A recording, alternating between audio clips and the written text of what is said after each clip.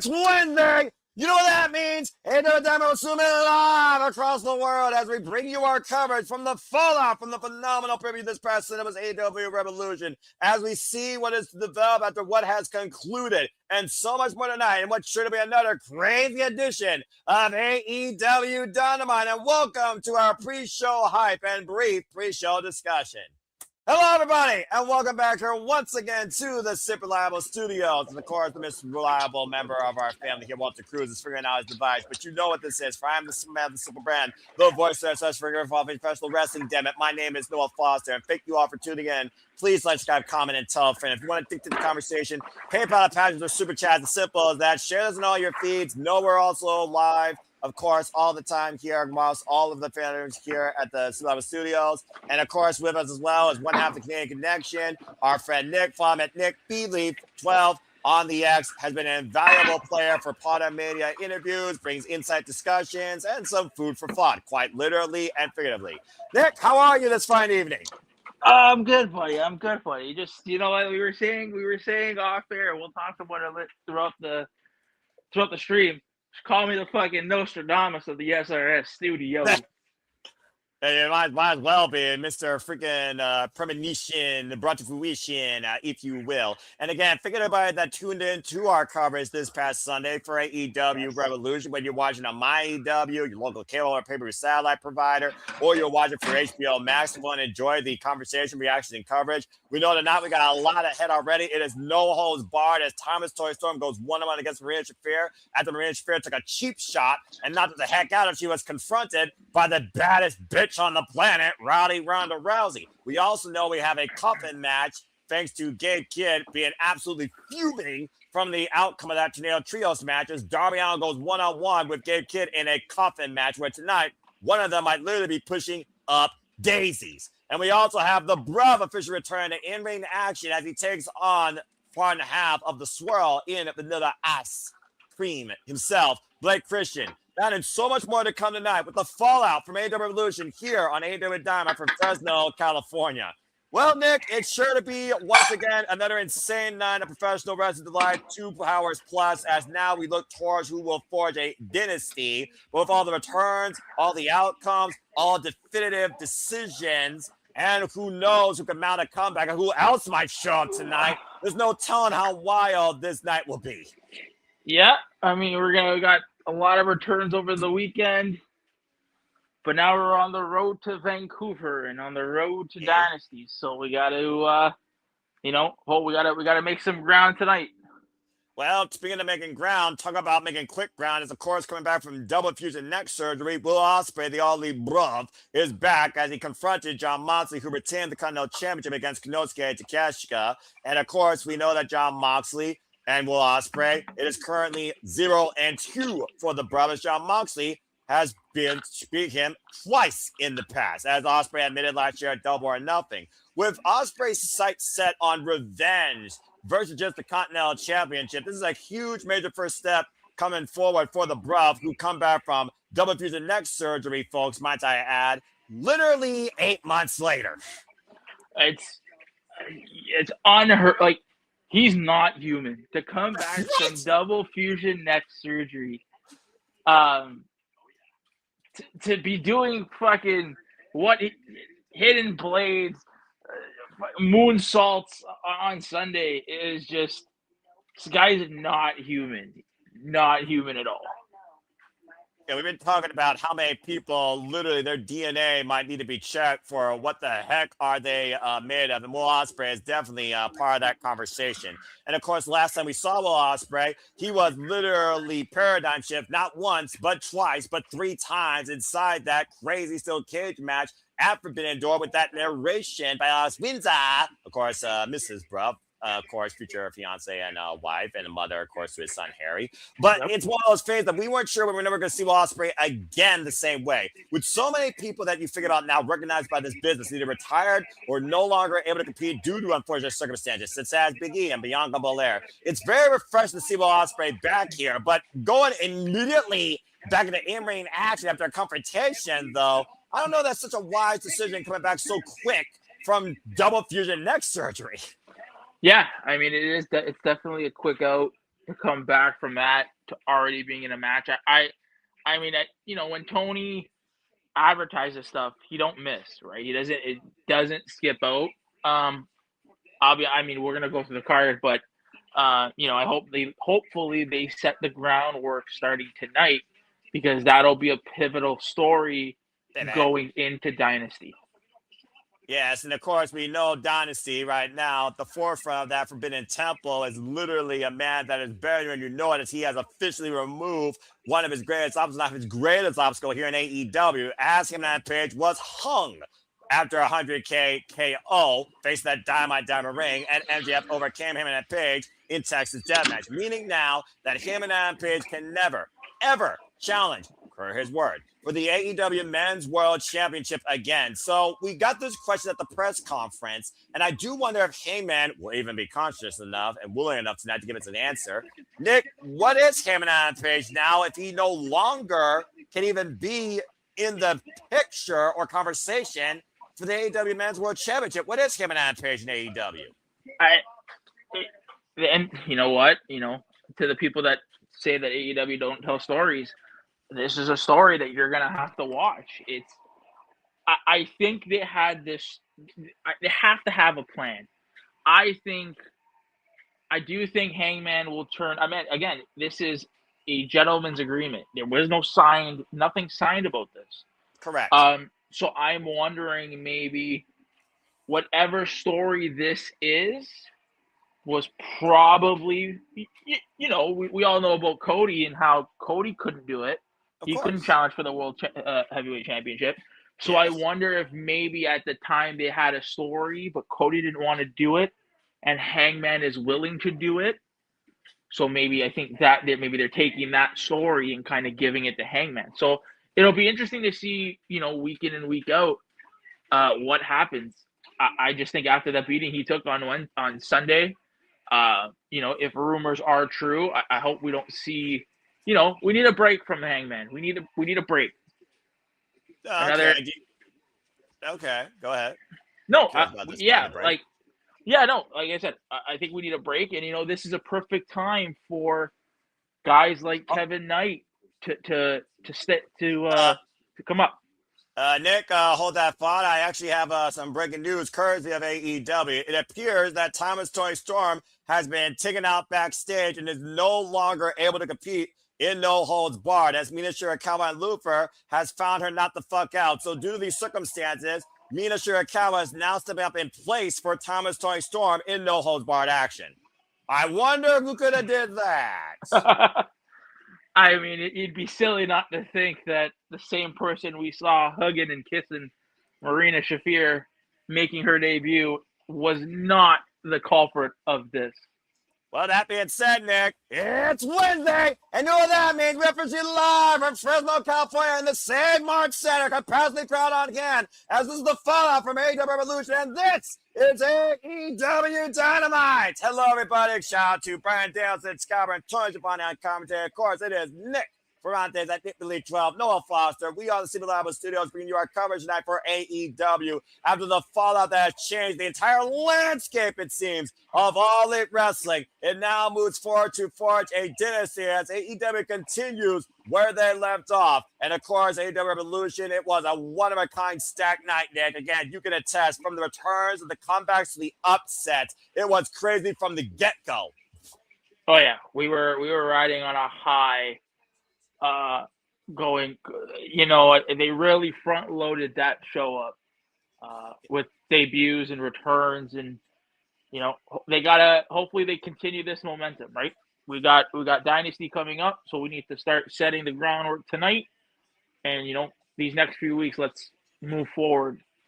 And exactly. And again, we know that tonight we are, of course, going to be reliably enjoying AEW. Speaking of reliably enjoying AEW, please welcome to the booth, Mr. Reliable, Walter Cruz. Walter, how are you? Go ahead and speak your mind.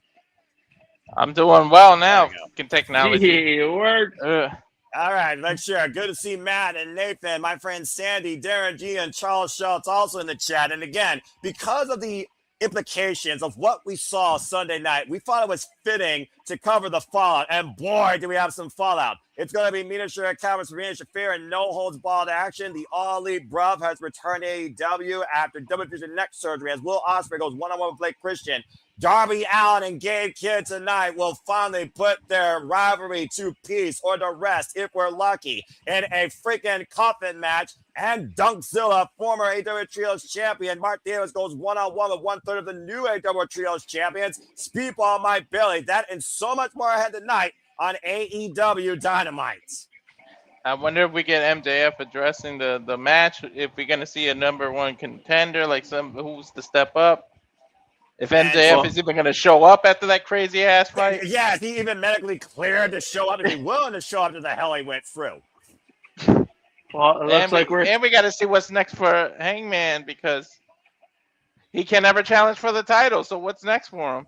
Does he go back to the trios division? Well, as Nick was about to say, Nick, let me go ahead and hold you there because, gentlemen, let's highlight that shit! Sling TV or Max? Sling TV, bruv. And speaking of bruv, the All Elite Bruv has returned home to AEW. And to Nick's point, looks like we're kicking off Will Ospreay versus Blake Christian. I knew they were going to start with that to get the big pop right off the rip.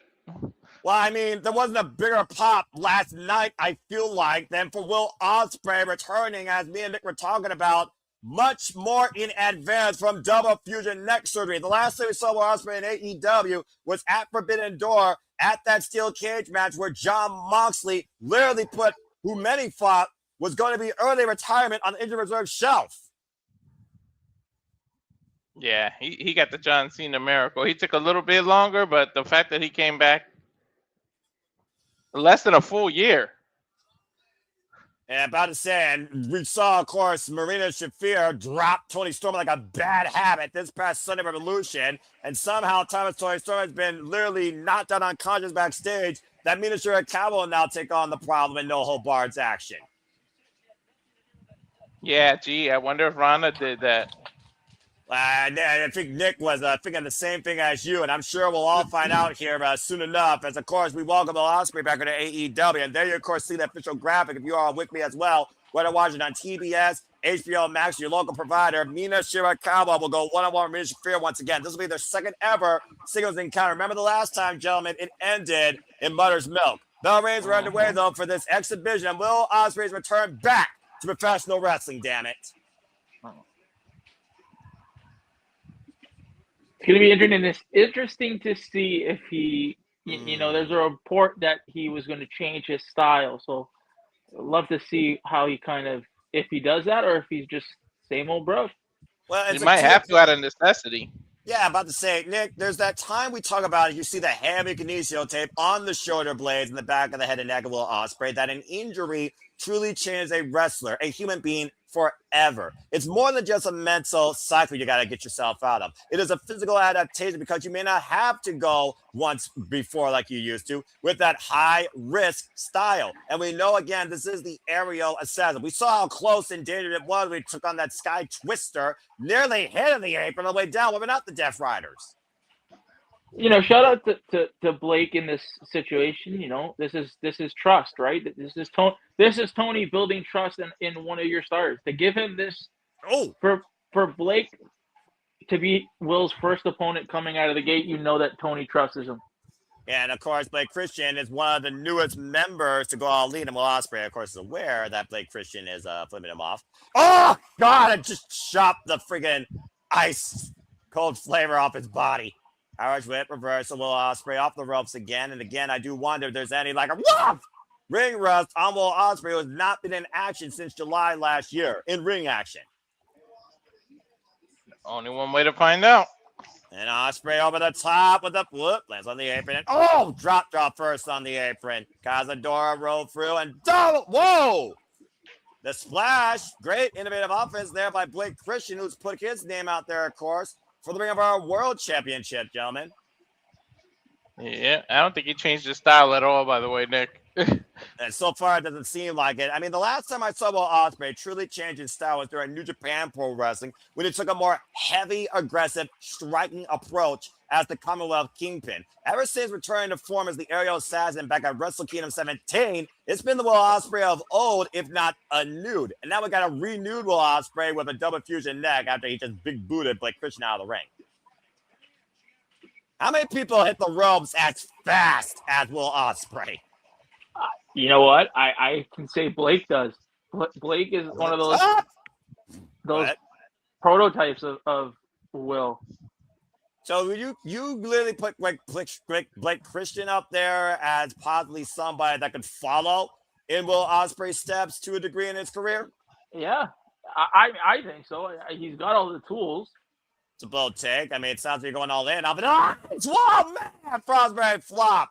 And of course, folks, you can go all in this year when AEW goes all in London once again from the computer professional wrestling Wembley Stadium. The pre-sale is now live. Get your tickets today. And of course, we'll be covering that here at the Super Reliable Studios. AEW's biggest show of the year, Wembley Stadium, AEW All In. Now Blake Christian working the head and neck of Will Ospreay against the barricade. And look at the double stop. The bruh back in the injury. Thankfully, gets out of the way with the forearm. Springing up the barricade. Pit Cheerio with the phenomenal forearm. Springboard. Again, so much more to come tonight. So much what is. AEW Women's World Championship. Thekla, of course, overcoming Chris Statler. 2 out of 3 falls. Springboard, phenomenal forearm. Condensed by Will Ospreay. Now on the cover. Hooks the far leg and gets a 2 count. So far, no signs of wear, tear, fatigue, or fear, guys, on Will Ospreay at all in this match. No, he's looking like. I mean, there's always that fear, right? Well, there's always that fear, right? That like I said, this is Toni trusting Blake to try to be as safe as you can, and go out there and work, right? We know Blake people Christian coming off a long injury like that tend to question themselves, and the fact that he can come back like that and don't have doubt says a lot of character. Yeah, but again, it's the mental and the physical battle. Which one is Will Ospreay facing more right now is the real question. And really, we don't know that because we're not in the ring and we're not Will Ospreay. Blake Christian right now in control. And imagine what it would do with Blake Christian's career to beat Will Ospreay on his comeback match. We're talking about a former IWGP World Heavyweight Champion, United States Champion, Rev Pro Champion. You name it, Will Ospreay's done it. He's already been AEW International Champion here in this company alone, not once but twice. His stock would rise. Woo. Tremendously. Also coming tonight, the Death Riders, Wheeler Yuta and John Moxley will be going up against the Bang Bang Gang in tag team action. Rock Hard, Juice Robinson, and A Stars. We will also hear from Swerve Strickland regarding his win against Brody King and the return of the cleaner, Kenny Omega. Walking Sabazaguri, Irish Whip, handspring, corkscrew kick. How the hell does Ospreay do that? I don't know, pure athleticism. No signs of ring rust. Rolls in the cover, hook the near leg, gets a 2 count. Again, Ospreay is just fucking amazing. Ooh. Definitely. I don't think he's lost a step at all. Now hoisting up Blake Christian. Oh, God. X-Plex release. Also the coming tonight trios match. Kazuchika Okada and Roppongi Vice taking on the Young Bucks and the new AEW National Champion, Jungle Jack Perry. Step up double stomp by Blake Christian as Will Ospreay rolls to the outside. Now Blake Christian again up and over. Looking to continue the offense. Running off the apron and sliding in for the DDT tornado variation. Again, working over that head and neck. The focal point right now of Will Ospreay's comeback. Springboard. 450 connects. Cover. 2 count only. Anybody notice the ring mat? Yeah. And Elite Wrestling Logan. Oh! Every move. Again with the cover, deep hook of the leg, and a 2 count.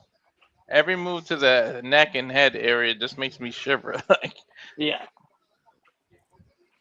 No, the reason why I say that is because it seems like AEW has gone under another logo change. Because remember, it just said AEW, right, on the mat. Now they have the All Elite Wrestling on it, too. Well, it's almost like a clean, pristine, fresh start for AEW and what it truly stands for. Beyond the fact they say this is where the best wrestling, you could argue that till the cows come home. Looking for a slice spread out of the corner. Ospreay would escape. Full Nelson applied. Went for the hook kick. Like Christian ducks underneath. Waistlock applied. Back elbow strike. Went for the heel kick. Bang! Step up knee strike by Blake Christian. Good grief. And up and over the slice spread. It could be related to their count only. It could be related to their new streaming service. So they changed the logo of the. Well, I mean, again, if you want to know what all the wrestling is about, you can subscribe to My AEW today and look at AEW and Ring of Honor content and literally look at All Elite Wrestling's beginning as a live stream every Dynamite in order. How Blake Christian looking to show Ospreay live what a hidden blade really looks like, mocking the bruv. Look at the sandbag. Oh, man, gets wiped out on the running. Good God. Jesus. Boom! Cover! 2! Will Ospreay fucking wins, and damn, it feels good to say that. It's the last time you got to say that. I can't tell you the last time I got to say that. It's singles action nonetheless, and a fine return to form for the All-Elite bruv. At the spinal fusion neck surgery, Will Ospreay returns to AEW in fine fashion to in-ring action, overcoming Blake Christian. Again, give still a little Blake, early to judge. Gotta give Blake credit. Made him look good. Yeah, no doubt about that. It looks like Ospreay's got a mic. Let's hear from the bruv. Yeah, we blame Miston too. I don't know a person who didn't. Right. Let's see what we've got to see here. You know, the microphones even have the All Elite Wrestling logo in full with the branding. It's got to be the My AEW thing. Yeah. Well, again, Sky today. Moxley. Calling out John Moxley. John Moxley. That's a dangerous to go to if that's going to be your second opponent. The difference between him and you. The biggest difference. I don't need a weapon to snap someone's neck. You're doing my bare fucking hands. Damn. Okay, so he is the weapon. Damn. Can anyone say revenge? I know Ospreay's brave, but at the end of the day, we know that John Moxley has a militia that literally follows him everywhere he goes. This may not be wise. Since when does it say his name and he appears? Nick, you were about to say something, I think, in conjunction with that. Yep. Because here comes John Moxley and Willa Yuta, who are in tag team action. And again, like I said, John Moxley was the one that took Will Ospreay on in the first place. And of course, we saw this past Sunday, John Moxley continue to hold on to the Continental Championship. Oh, shit! And Ospreay attacked! Bro! I mean, again, when you literally were put on the injury reserve, figuring that you couldn't do this again, why would you not go after that man with the fury of 10,000 gods? Damn! The one person that Will Ospreay has yet to beat, by the way, the one person he's been longing for revenge more than anyone else in this world, and now Will Ospreay is actually it again with the Continental Champion. Ospreay enraged here. Now, Moxley, I don't remember seeing a side of Ospreay like this. Oh my God! Oh man! The bastard packed with a boot right to the face and the bridge of the nose. I mean, again, and right now, trapped in the brutalizer, and this is not great for Ospreay's neck and shoulders. This is the danger I was talking about before, folks. There's big concerns right here. And again, I do want to do Ospreay come back prematurely. Now officials and security trying to break the bastard's grip. And you got to remember, sustains further injury. And you got to remember what's Moxley's finisher, a paradigm shift that all the impact was on that neck and shoulder. Double underhook DDT, to your point, that literally collapses your vertebrae on your head and neck. And Ospreay might have far worse right now than a stinger right now. You see the way he's clutching right now, his shoulder. Again, to Nick's point, adaptability is key. There's duality right now. Will Ospreay, yes, he still has the speed, but can he still deliver that same fury and offense that we know him for with the injuries coming back from? And Pop might have further exaggerated it. Hell yeah, Pac could in. Well, shots fired early. Meanwhile, guns up! Let's go ahead and move forward, folks, here with our card. Hopefully Will Ospreay's okay. Anyone want to guess we're going to get Will Ospreay versus Pac this Saturday on Collision, not next week on Dynamite? Go ahead. Most likely. No, I think we get on Dynamite. You think Dynamite? Nah, I think Collision so that he can get through each Death Rider. He's going to have a bunch of one-on-ones. And you were saying, it ain't over. I'm about to say, don't count out Will Ospreay, apparently, immediately jumping into the bastard's arms in his face. And right now, we're still brawling here. And again, Ospreay and Pop now going backstage. Nothing's going to stop Ospreay at this point from getting his hands on Jon Moxley eventually. Good grief. Let's try and restore some law and order here. All right, He's gonna have to go through all the. He's gonna have to go through all the Death Riders. That's why I say Pac and Collision next Dynamite. Maybe Willer Yuta, and then, or I would do Yuta on Collision and then Pac on Dynamite. But he's gonna have to get through each of them. That's a fair shoot, though. What do you think, I don't see why we're doing. It seems like we've effectively moved on from Death Riders and Don Callis family. So it seems like we're now feuding Death Riders. Oh boy. And Bang Bang Gang. Right. Mm-hmm. Well, is it a feud, or at the end of the day, is this about one thing? Is it about Jon Moxley and Will Ospreay? Because you look at Jon Moxley right now, he's not a plethora which is happening. Not to mention, one of his few eliminators that he had outside his defenses, Nick, was against Ace Austin. And Ace came pretty darn close to the clock. My only thing is, why are we doing this now with the Riders and the Bang Bang Gang? So my only question now becomes is Jay ready to come back? Yeah, I'm about to say we've been questioning that for a long time. I would have had a heart attack if he came back on Revolution because it was too much. Well, I mean, you see, do we see? This is starting that match. This is starting the show, right? Technically. Do we see Jay come back, and do we do, Jay and Will kind of going back and forth, see who's gonna get Moxley first? Do we get? Yeah, that's a fair shout because let's not forget when Jon Moxley first seized the AEW World Championship. It was Jay White who was also a part of that conversation. Cover hook in the far leg by Juice gets a 2 count on Yuta. And again, we never got Jay White versus Jon Moxley for the AEW World Championship in singles action. And the Switchblade also owes a victory long in the past against Jon Moxley.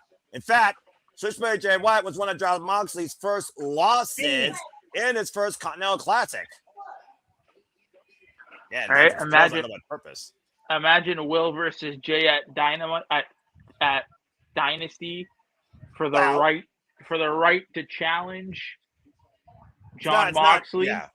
I mean, again, what is Dynasty going to be defined by besides the AEW Men's World Championship and the AEW Women's World Championship? And speaking of which, we don't know what's next for Thekla on the Triangle of Madness. Is Chris Statlander completely out of the picture? Or is Chris Statlander still on her mission to terminate Thekla and her accomplices? Still a whole lot more what-ifs to come here at AEW Dynamite. And what's going to feel like, again, a pyramid in its own right. And this is the fallout from the freaking pyramid this past Sunday. Looking for the DDT. Juice Robinson, though, able to get leverage. Grabbing his leg inside Jon Moxley's, now going after the core here. And of course, Juice Robinson coming back from injury as well last year at All In, alongside his Bang Gang brethren, tag mate to the inevitable Ace Austin. Again, we don't know any real clear direction right now. We don't even know when the Owen Hart Foundation tournament is going to shape out to be. And Dynasty can give us a preview of that. Still a lot more what is. We know Double or Nothing will be in New York this year for the first time ever. Taking down the knees. Kick to the top of the spine. Ace Austin again. So fluid. Former multiple-time SWJ champion. Great approach here by notable Ace Austin. And with a Yuta, catch a rising knee strike up in the fireman's carry. Hey, look. Yuta's bald in case y'all don't know. Not just squatting. Oh! With the former Ring of Honor Pure champion. And John Moxley, like we talked about before, successful defense against the Alpha, Konosuke Takeshita at Reveloution, and a frog man flop by Ace Austin, wiping the champion out. Incredible body control by Ace Austin. Oh man, a unit from behind drives the steel ring steps. Never take your eyes off of Death Rider. Death Rider's Bandmaker continues here as we go to Restaurant Quality Perazzle on Picture Fuck Television. And shout out to the Rich Rose Beyond Perazzle, who will be defending the Ring of Honor Women's Pure Championship this coming Ring of Honor Thursday night against Billy Starks. We're going to take more than one arm this time. Again, stay tuned, folks. I'm still not used to the ball head, dude. Still not used to the ball head. Well, you better get used to it. Again, still to come tonight, folks. Dunk Stiller, Mart Davis goes one-on-one with 1/3 of the new AEW Trios champions, Speedball Mike Bailey. And again, Time Story Storm has been, ironically enough, taken out backstage. It will be Mina Shirakawa stepping up against the Primary Fair No Holds Barred. And Darby Allin and Gabe Kidd go one-on-one in a coffin match for the first time ever. This will be Darby Allin's 6th coffin match in his AEW career. And he's only lost one of them. It's going to be nuts. And shout out to City by the Bay. Appreciate you always. Also giving some love to Walter. Again, subscribe today, folks. Rage Wrestling, Walter Cruz. And again, follow our Canadian friend here, Nick, at Nick Belief F12, Nick Belief 12, of course, on the X. A great, of course, partner here at the Simply Reliable Studios. And shout out to Polar Mania again in that end of San Antonio. Follow him on the X. Get your tickets today for that all-women's professional wrestling showcase to happen during WrestleMania week in Las Vegas. Also, the coming night trios action. Jungle Jack Perry, the new AEW National Champion, alongside the Young Bucks, taking on Kazuchika Okada and Roppongi Vice. And right now, John Moxley, Lego, Paul Turner getting a 1 count here. I honestly wanted him to win that title on a one-on-one match. It's okay to win in a battle royal, but I think it would have meant more something, because Ricochet's always going to have that excuse that he was already at a disadvantage. Excuse or not, you lost the title, but I would have loved to seen that on a. Even if it was just a Dynamite, not a pay-per-view, if he lost that title on a one-on-one match. I can understand what you mean from that point, but the way I see it is this. Jungle Jack Perry has been on the hunt for this road to his own redemption. And it happened, ironically enough, in a building that he grew up watching wrestling with his father, of course, now passed away, late great Luke Perry, of course. And in front of his family, it was a fitting story to this saga that's been going on with Ricochet, honestly, since he won the damn title last year, ironically enough, in a casino gauntlet. So to lose it in a multi-person match versus where he won it in one under a different name, I think it's very poetic that the person that took it was Jungle Jack Perry. Yeah. It was his hometown. It was, but it was his hometown. But I mean, you've been teasing that one-on-one match for weeks. Oh man! To do it in a battle royal. Go ahead. I think it was just you did it to get everybody on the show, and sometimes that's not a good thing. Well, it's always that mixed bag when you put everybody in something and a few people in something. But context is key, and if nothing else, we're going to see Jungle Jack Perry and his Jurassic Express now literally give us a tour, who knows where, with the AEW National Championship. And it all starts tonight on Dynamite. Keep in mind, that National Championship is defended everywhere in any company that works alongside All Elite Wrestling. We saw how many times Ricochet defended it in and out of AEW. Right now, he saw us in a world of trouble with the arm hammerlock between John Moxley and this sleeper hold of sorts, this submission being applied. Crossface. Go ahead, Nick. They're doing him favors. I'm about to say, don't choke on your food, bro. But Ace Austin almost choked out there, but was able to get to the ropes to force the break. I do hope we get a rematch. I do hope Ricochet comes out and says, you didn't pin me. Because I think that's a good rivalry to have. That's fair. Yeah. I'm sure, again, I hope Toni has plans, and I hope just have fun with this. I think, to your point, Nick, I think Sunday proved to us there are contingencies for many, many, many, many different directions of talents here in the AEW roster. Way beyond that battle royale Blackjack Battle Royal, excuse me. It's still gonna be fun because we might even see Jack Perry in New Japan, CMML. Like that title is meant to be defended in different companies, so it's gonna be fun. He has the lucha style to do it in Mexico. He can wrestle in Japan, so it will be fun. And Juice has been let loose. And to your point, Walter, not to mention Maple Leaf Pro could be part of that conversation. We'll be covering Global Wars. Bring up on Maple Leaf Pro later on this month, where we have Marinello and Ian Riccaboni on commentary alongside Don Callis. What a freaking panel. I can't wait to hear Marlo call wrestling again. You and me, but well, I watch Maple Leaf Pro Wrestling. He still has that same energy, that bipolar rock and roller. Literally keeps on drumming and going. And he and Don Callis have quite a unique synergy, both Canadian as well. So, of course, that works there. Again, folks, you can watch Maple Leaf Pro Wrestling, of course, on Triller TV. That promotion is owned by former TNA president Scott Moore. Currently, the champion, of course, for the women is Joshelle Shaw, the quintessential diva. Dale Garcia, what the hell is he doing here? He's not involved in this match. Oh, wait a minute. Juice was on a roll. Oh, well, I got the Bang Bang game to neutralize the numbers for the time being. Big left hand by Juice. That is his father's son. I don't like Juice and Trunks. Okay, that's a random thought. A young boy probably. Oh, man. Big left hand again. Clock Yuta. And Juice hoisting up Yuta. Power bomb. High stack. Cover. Two. Check out. I'm just jealous that Juice gets these Tony's husband. Yeah, by the way, can you still believe that, yes, folks, that is correct. Rock Hard, Juice Robinson, and Timeless Tony Storm are a couple. You would not think so from the paradigms with those two. And Ace Austin now to the top rope.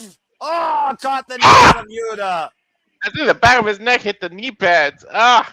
Tag. And John Moxley now legal, and that is horrible right there. Talking about again, Ospreay. And the wrist, of course, your head and neck against John Moxley. Nice evasive maneuver there by Ace Austin, escaping the rear naked choke. John Moxley torso first. And now the corner goes Ace with the rolling kick. Zaguri once again rocks John Moxley. And right now, Ace might be looking to show the hands from the sleeve. Looking for the phone. Oh, man, that's Psycho knee. Wow, interception by Wheeler Yuta. Yuta taking to the outside, but rebound. And Cottage Crusher goes Juice. Juice Robinson right now neutralized, and with a Yuta wiping him out on the outside. Tope Suicida nearly had a horrible decision there. And John Moxley right now hooking up. It's on the paradigm shift. Death Rider. Two, it's academic. John Moxley with the win. I still call it paradigm shift my damn self. Yeah, you might as well call that the same damn move. Death Rider is more planet because that move you go for a ride. You wish you didn't win on. And it's not the friggin' flight that hurts the landing. John Moxley, whether you're to win this tag exhibition tonight, again, does John Moxley have Will Ospreay at his sights? Doesn't matter what we call it. I call it a victory. That's what you need to call it. Yeah, call it you want. I call it effective. Again, you almost wondered to Will Ospreay if he saw that. Did he look at, again, a ghost of his past?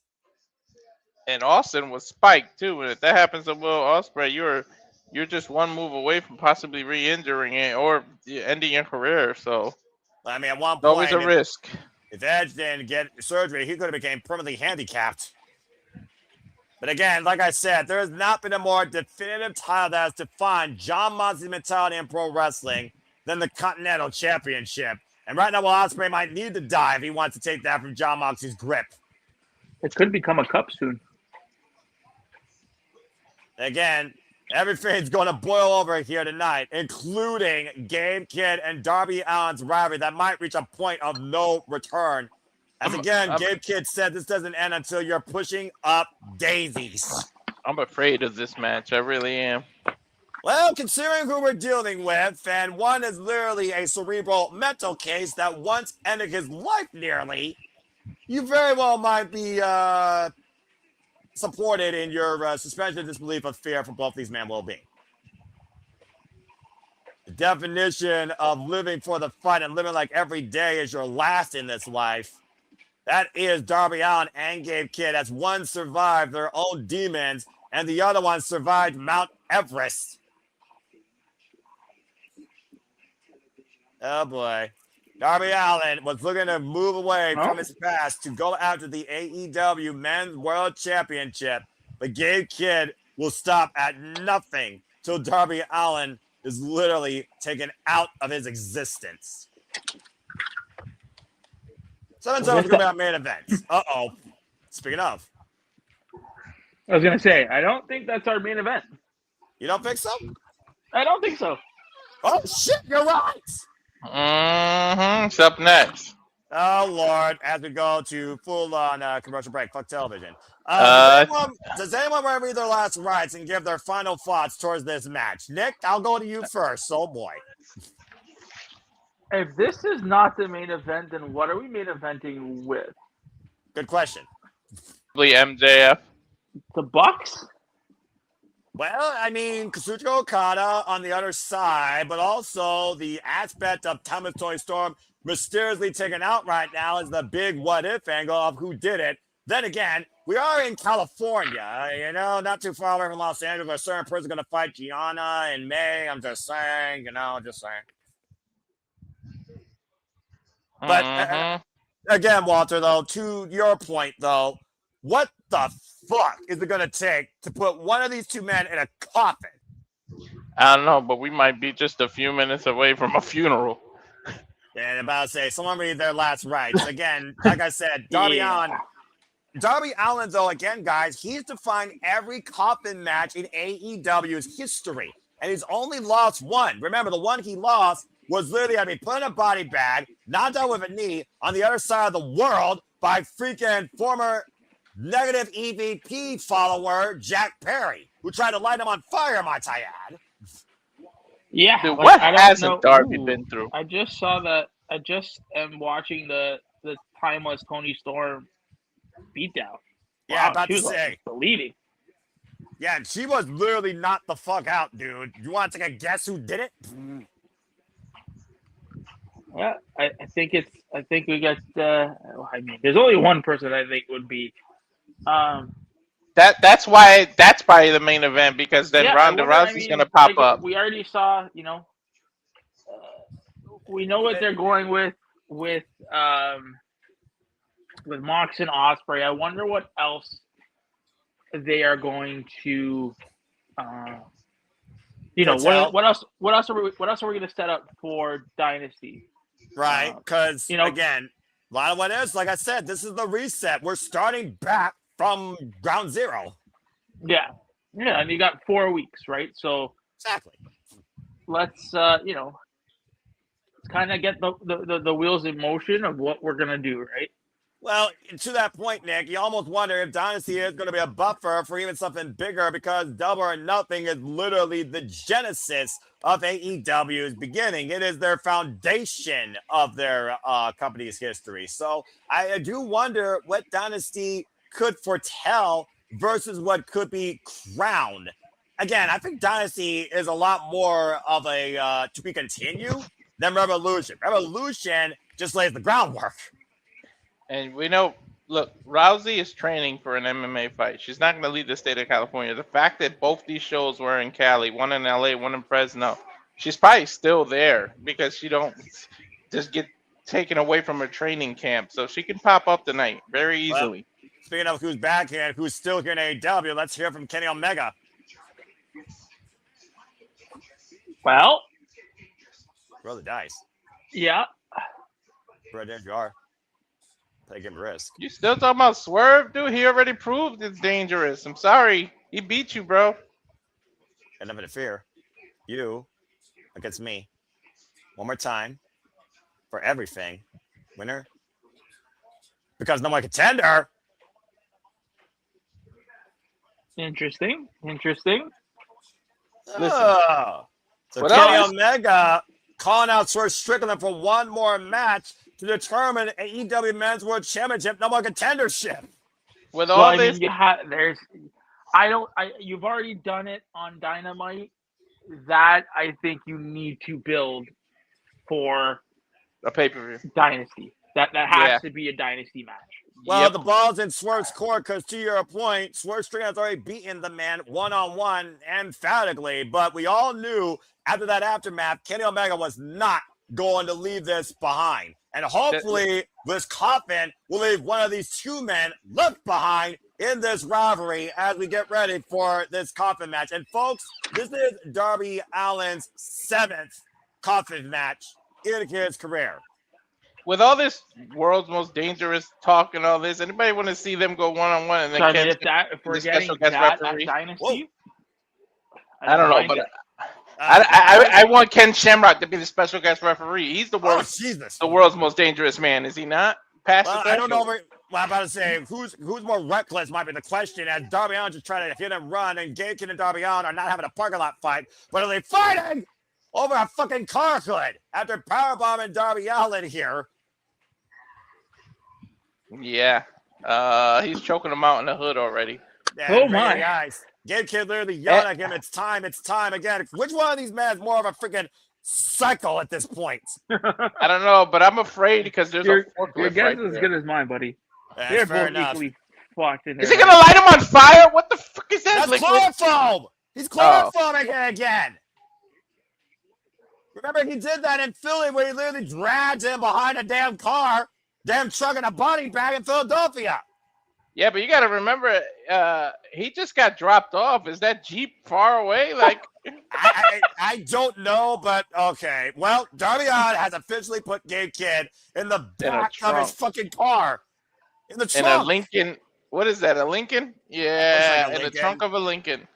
Okay. Well, there's nothing luxurious about this. I fucking love Darby. I think that Jeep's gonna come and sideswipe it or something. Darby Allin right now on the move. Oh my God! What the fuck? Stunt guy. Just literally up the car on 2 wheels and turn it upside down. And he was still in the trunk. And you're still in the car. Shit. What the fuck is wrong with Darby? He just climbed out. Again, the man's gonna live every day like it's his last, because that's what AEW has given him: freedom. Surviving Yeah. his father nearly killing him when he was 6 years old. There's nothing that this man won't put his body through. You did yourself a disservice, though. You got to put this man in a coffin, not the back of a trunk. Well, if nothing else, Gabe Kidd might be out cold, because you gotta imagine he was bouncing around in that trunk on impact. As I was saying earlier, folks, yeah, the trunk just there's a I don't even know what to say. The He first popped the Coffin trunk match, and this dude is just out.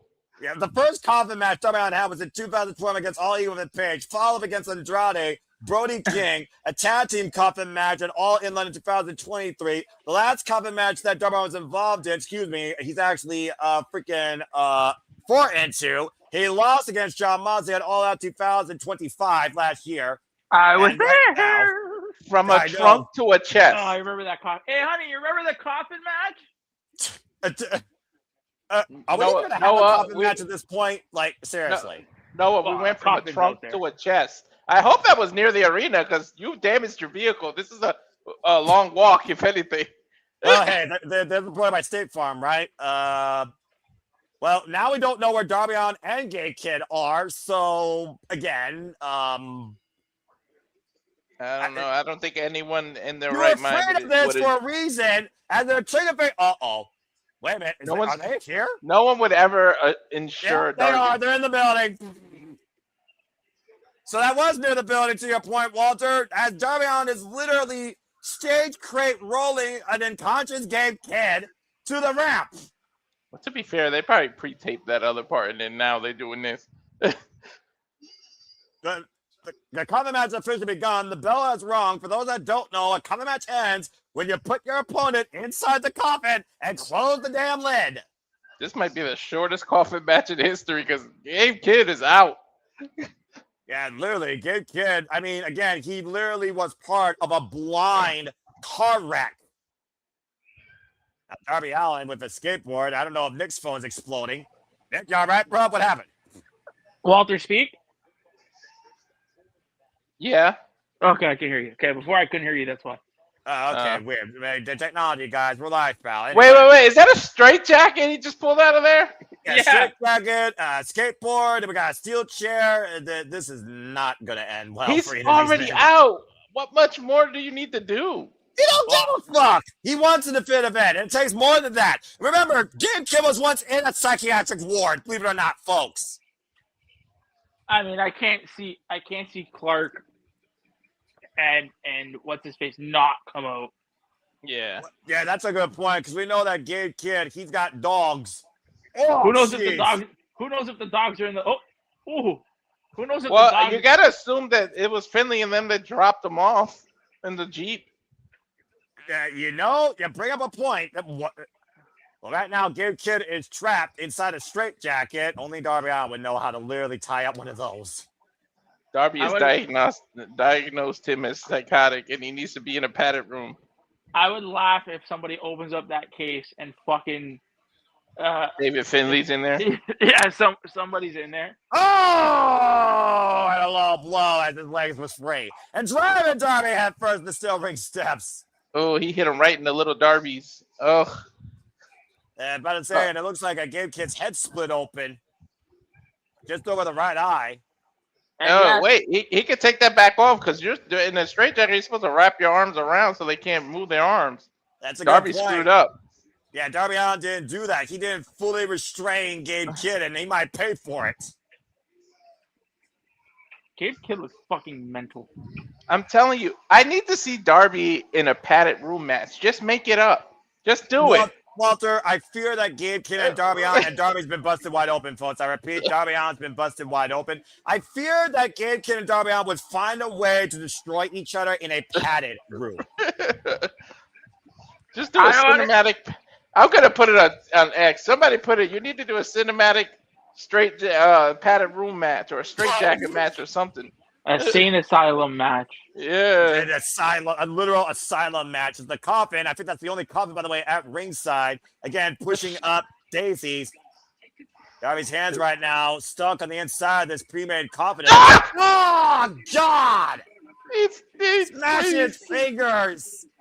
This little piggy, they all got scored. As this Coffin match continues in Restaurant Claudia Brazil Picture. Fuck television. Stay tuned, folks. This is going to get more play than the World's End. I was trying to say crush and squish at the same time, and I don't know what word came out.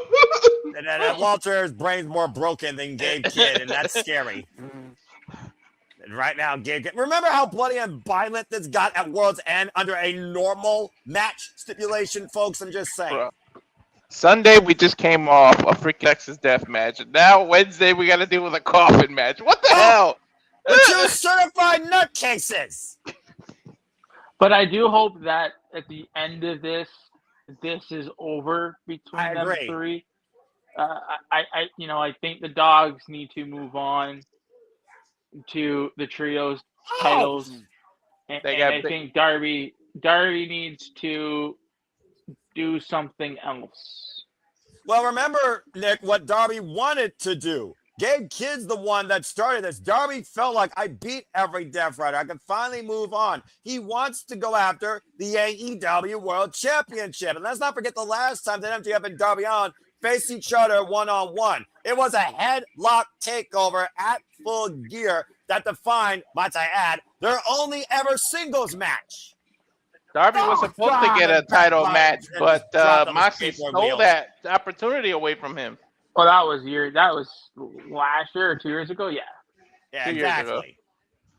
AEW All Out, like I said, you were there live, Nick. That was Darby Allin's last casket match, and he lost against John Moxley, faced the return of the Death Rider Prop, but as we saw, he did not quit. Through glass and freaking drowning, Darby Allin survived and forced John Moxley to say, I quit, and John Moxley's never the same again, and Darby Allin was free. Yes, that was a great Coffin match. Yeah, Wrestle about to say, you would know, mister, I was there live. Lucky, damn it, lucky. And again, Gabe Kidd right now, making Hannibal Lecter look sane. He brought Darby bad luck. The only time he lost was in front of That's probably accurate. Think about the most deranged horror figures you ever heard of in cinema. And Gabe Kidd might be more certifiably insane than all of them that were acting it. Mm-hmm. Now, Gabe Kidd and Darby Allin up in the corner here. This dog's the definition of rabid. Gabe Kidd right now as we are back for AEW Dynamite, folks. Again, this is a Cat's Coffin match here between Darby Allin and Gabe Kidd. This is Darby Allin's seventh, Coffin match in his career. He is currently 4-2. I'll take it a bite him. Gabe Kidd's head. Well, you shouldn't be surprised by that. Dude, he bit like a chunk out of him. You saw what he spit out? What the? Yeah, about to say, this is Darby Allin we're talking about, and oh my gosh. Avalanche! Dude, he just did a cold red from the. Yo, Gabe is so out of it, he can't even lay down. Look, he literally knocked him out standing up No or kidding. sitting up. What Take a look at the replay. This crowd I'd is say. mess. You hear this Fuck crowd is God. chanting, "We want tables." I mean, you know, we are masochistic. The only we thing are we're missing. sickles.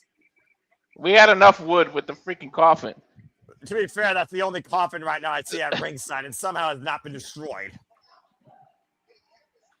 What happens is that coffin can't be closed properly, and it looks like now Darby Allin has braced Gabe Kidd's arms, and Gabe Kidd again still trying to fight back and release Is he going them. for a scorpion death drop? I think that's exactly it. Scorpion death drop from Darby Allin, passed down from the icon himself to Darby Allin. Oh my God, he's still not trying to drag him to the coffin. What are you doing May now? I remind you that both these men are recovering from what Darby Allin did prior to this match in a freaking car stunt. Is he doing a coffin drop off the Oh. rope or something? What is he doing? But he's doing nothing now after the referee was pushing the ropes and Darby Allin's base removed from underneath him. Second nut shot of the day. Now Gabe Kidd somehow has Darby Allin up on the shoulders.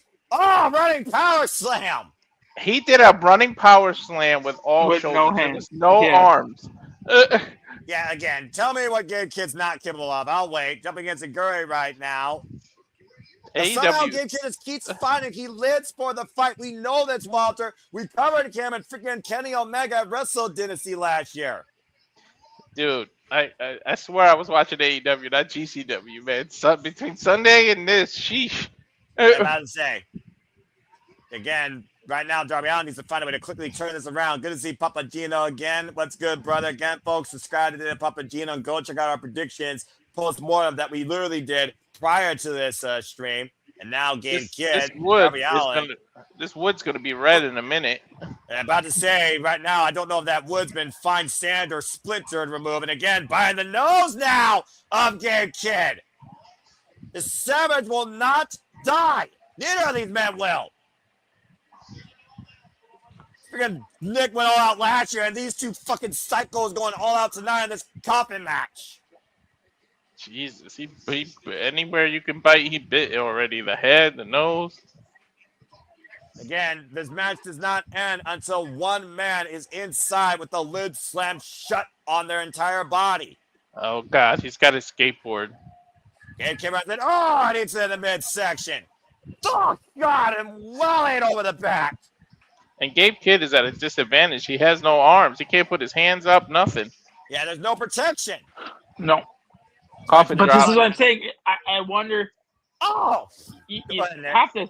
have to think that Connors and Finley are there. No. yeah. Like, they but literally dropped him off. Well, do they sense urgency here at this point, or do they sense weakness? What are the dogs about? Again, what's their MO? Bring gold or bring bodies? Yeah, but Gabe could have told them, stay away. Let me handle this. Yeah, that's very true. Gabe is a very prideful man, as we know. Single leg kick creates separation between Darby Allin and Gabe Kidd. And That's again, a Gabe, freaking folks, is still understatement, trapped Darren. in a straight jacket. That's accurate, Darren G. Oh!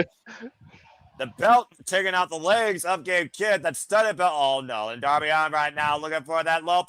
Bullet jump into Cena. And that's it. That's it. Oh, shit. He topeed him right into the coffin. Wow. Okay. Definitive Well- finish right there. At least there's a breathing hole. That He's battering ram, Darby Allin literally rammed Gabe Kidd I'm into scared. that coffin and closed it shut on impact. I'm scared Take a this look at ain't the replay. over. I'm scared this ain't over, Noah, because the coffin is completely wood. I feel like he's going to set it on fire. Look, let's not give ideas. We're in California. They have fire restrictions, and Gabe Kidd was the one to ask for this. I must remind you all of that.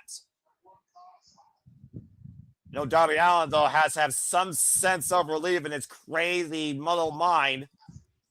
These two little monsters here Where do you go tearing from each other here? apart.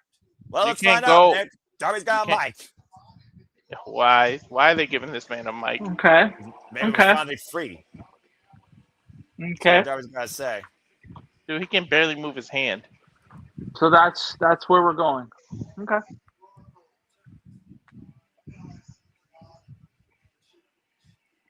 Now I'm Until gonna I see the oh, God or the AEW championship, I won't stop.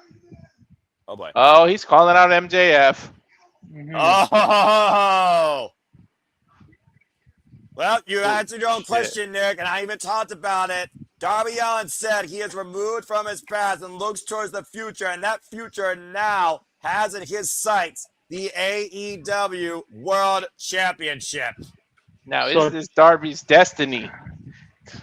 So Dynasty will revolve. If we're led to believe, Dynasty will be revolved around Max. Uh-oh. Hold on. Swerve is saying something. I'm about to say, he did call out Swerve Strickland, as we know. Swerve Strickland's already been called out by Kenny Omega. Again, we're going to hear from Swerve Strickland. He's going to give him a tonight. counter offer. He said, how about this counter offer? But continue, Nick. Well, no, I'm saying you're pretty much. We've got Swerve and Omega, Ospreay, Mox, Darby, MJF. Yeah, okay. I'm about to say.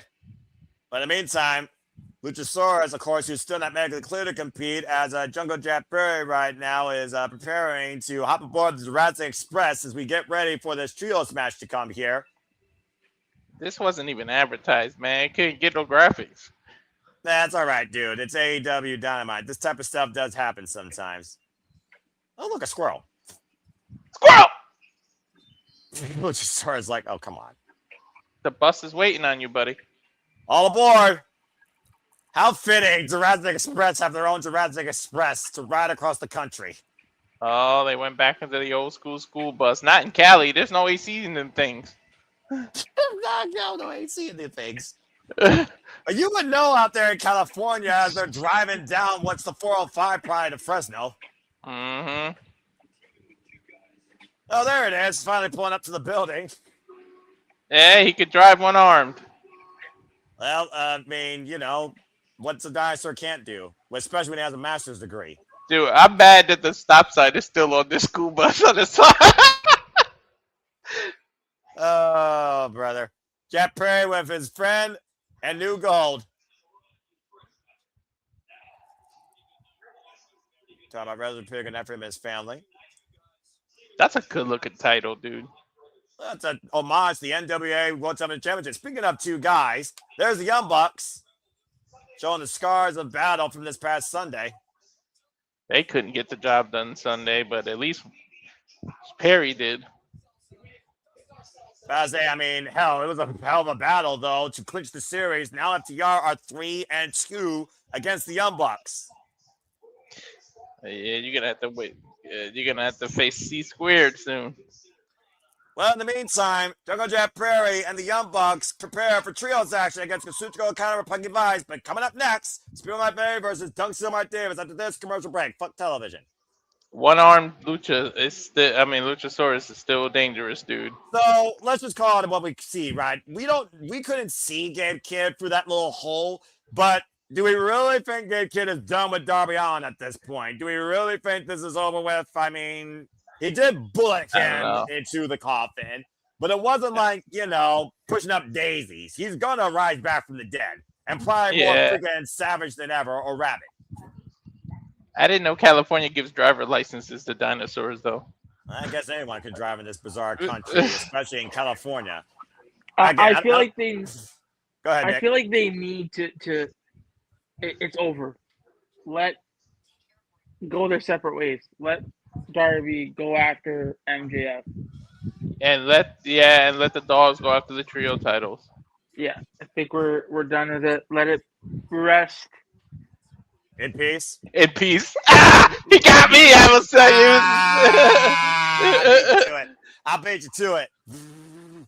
But Nick, you heard what Darby Allin said. Clearly, he wants to go after the AEW World Championship. We talked about his long-term history with MJF that went hugely in hiatus. And he also called out Swerve Strickland. And we know that Swerve and Darby, those two are the definition of dangerous in AEW. And Swerve obviously wants to go after the title as well. And Kenny Omega with a counteroffer here. This could result in a triple threat. Yep. I mean, Darby is still old from 2 years ago. He's old. This man, Moxley stole this from him. That's fair, to be fair. You're saying like he stole like a whole year of Darby Allin's life, it sounded like. Yeah, man. Yeah, it was supposed to be Darby that get that title shot, and then freaking Moxley comes along. Yeah, And freaking driving him down a flight of stairs. Well, it seems like Jon Moxley and Darby Allin are both finally going their separate ways. Jon Moxley has to worry about Will Ospreay, and Darby Allin right now wants to make sure that MJF is his top priority, but so does Swerve Strickland and Kenny Omega. Speaking of, what do we all think about Kenny Omega's counteroffer here to run it back one more time? Nick, you were very defiant in saying that should be built up a little more. So now you got Kenny Omega, Swerve Strickland, and Darby Allin at the forefront of the AEW Championship conversation. How do you think they should handle that? You gotta do Kenny and Swerve at Dynasty. That's Swerve's pay-per-view. I mean, to have that anywhere else but there, I think it's needed, right? Because again, usually when you build up your cards, you're really building it up around really 3 or 4 matches, and everything else is kind of centered around it. So right now, if we look at it, we have MJF and Darby, Will and Mox, and then Kenny Swerve as your kind of like 3 big matches. We're good. Give it to me. Well, let's go ahead and hear from the most dangerous man in AEW as Prince Nana is about to introduce Swerve Strickland. So maybe Swerve will give Kenny Omega an answer to his offer, and might also have something to say regarding counter. Darby Allin. Swerve said he was going to give a counter offer. Man, this most dangerous stuff they've been talking. Like, I noticed Prince Nana hasn't even been doing the dance since they started this shit. It's all serious games here, man. We ain't playing around anymore. Swerve is here for one reason and one reason only, and that is to get back the AEW World Championship. Fortunately, I don't think somebody who's been champ before is going to dethrone MJF. It's time to get some new blood in there. It might be Darby.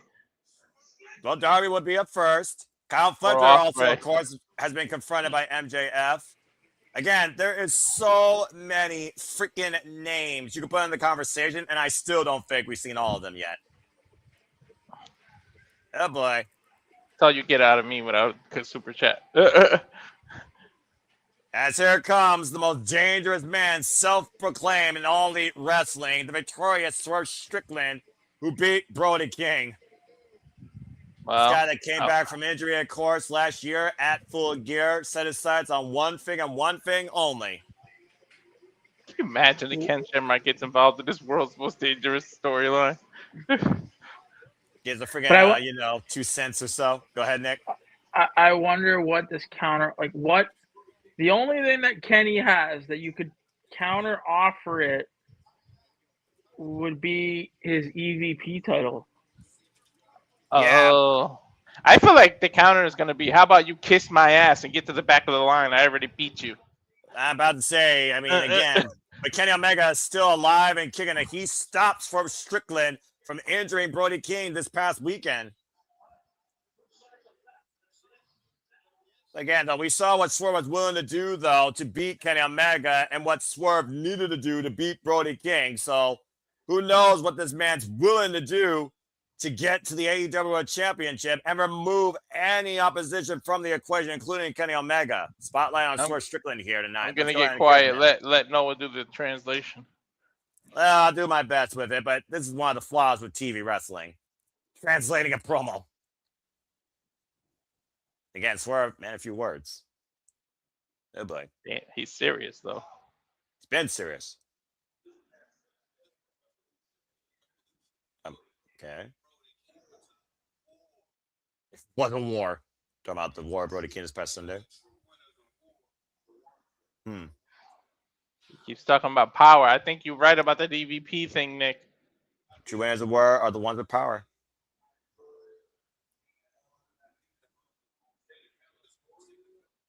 California. Of course, he enjoyed being Brody King from his home state. Like I said, Satya Bars Wrestling Academy.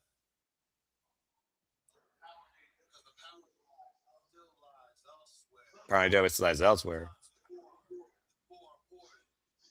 Power still more important than the championships. Yeah, I think Nick's on to something. Yep. I swear. I know I'm ahead, but I did not see this coming. Talk about dealing with power when he was trying to independence. Developmental. Yeah, I wonder what he's talking about there.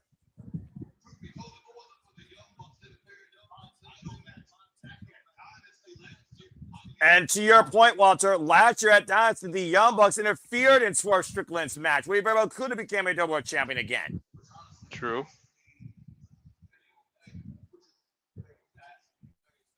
Getting Mega very fascinating. I mean, that's me. I'm number contender. Huh.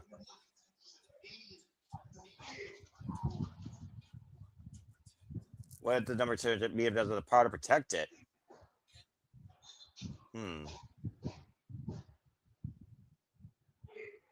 Kenny Omega's name coming out of Swerve's mouth. What are you thinking, Swerve?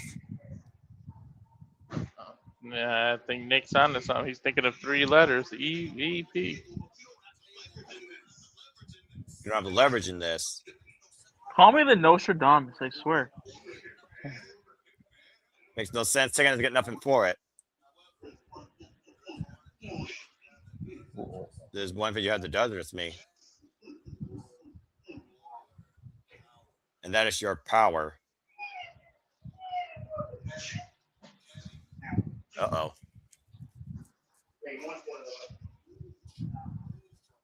I don't want you removed from power. I want your power. What? I'm going to block on anybody else thinks they can get it. Oh, boy.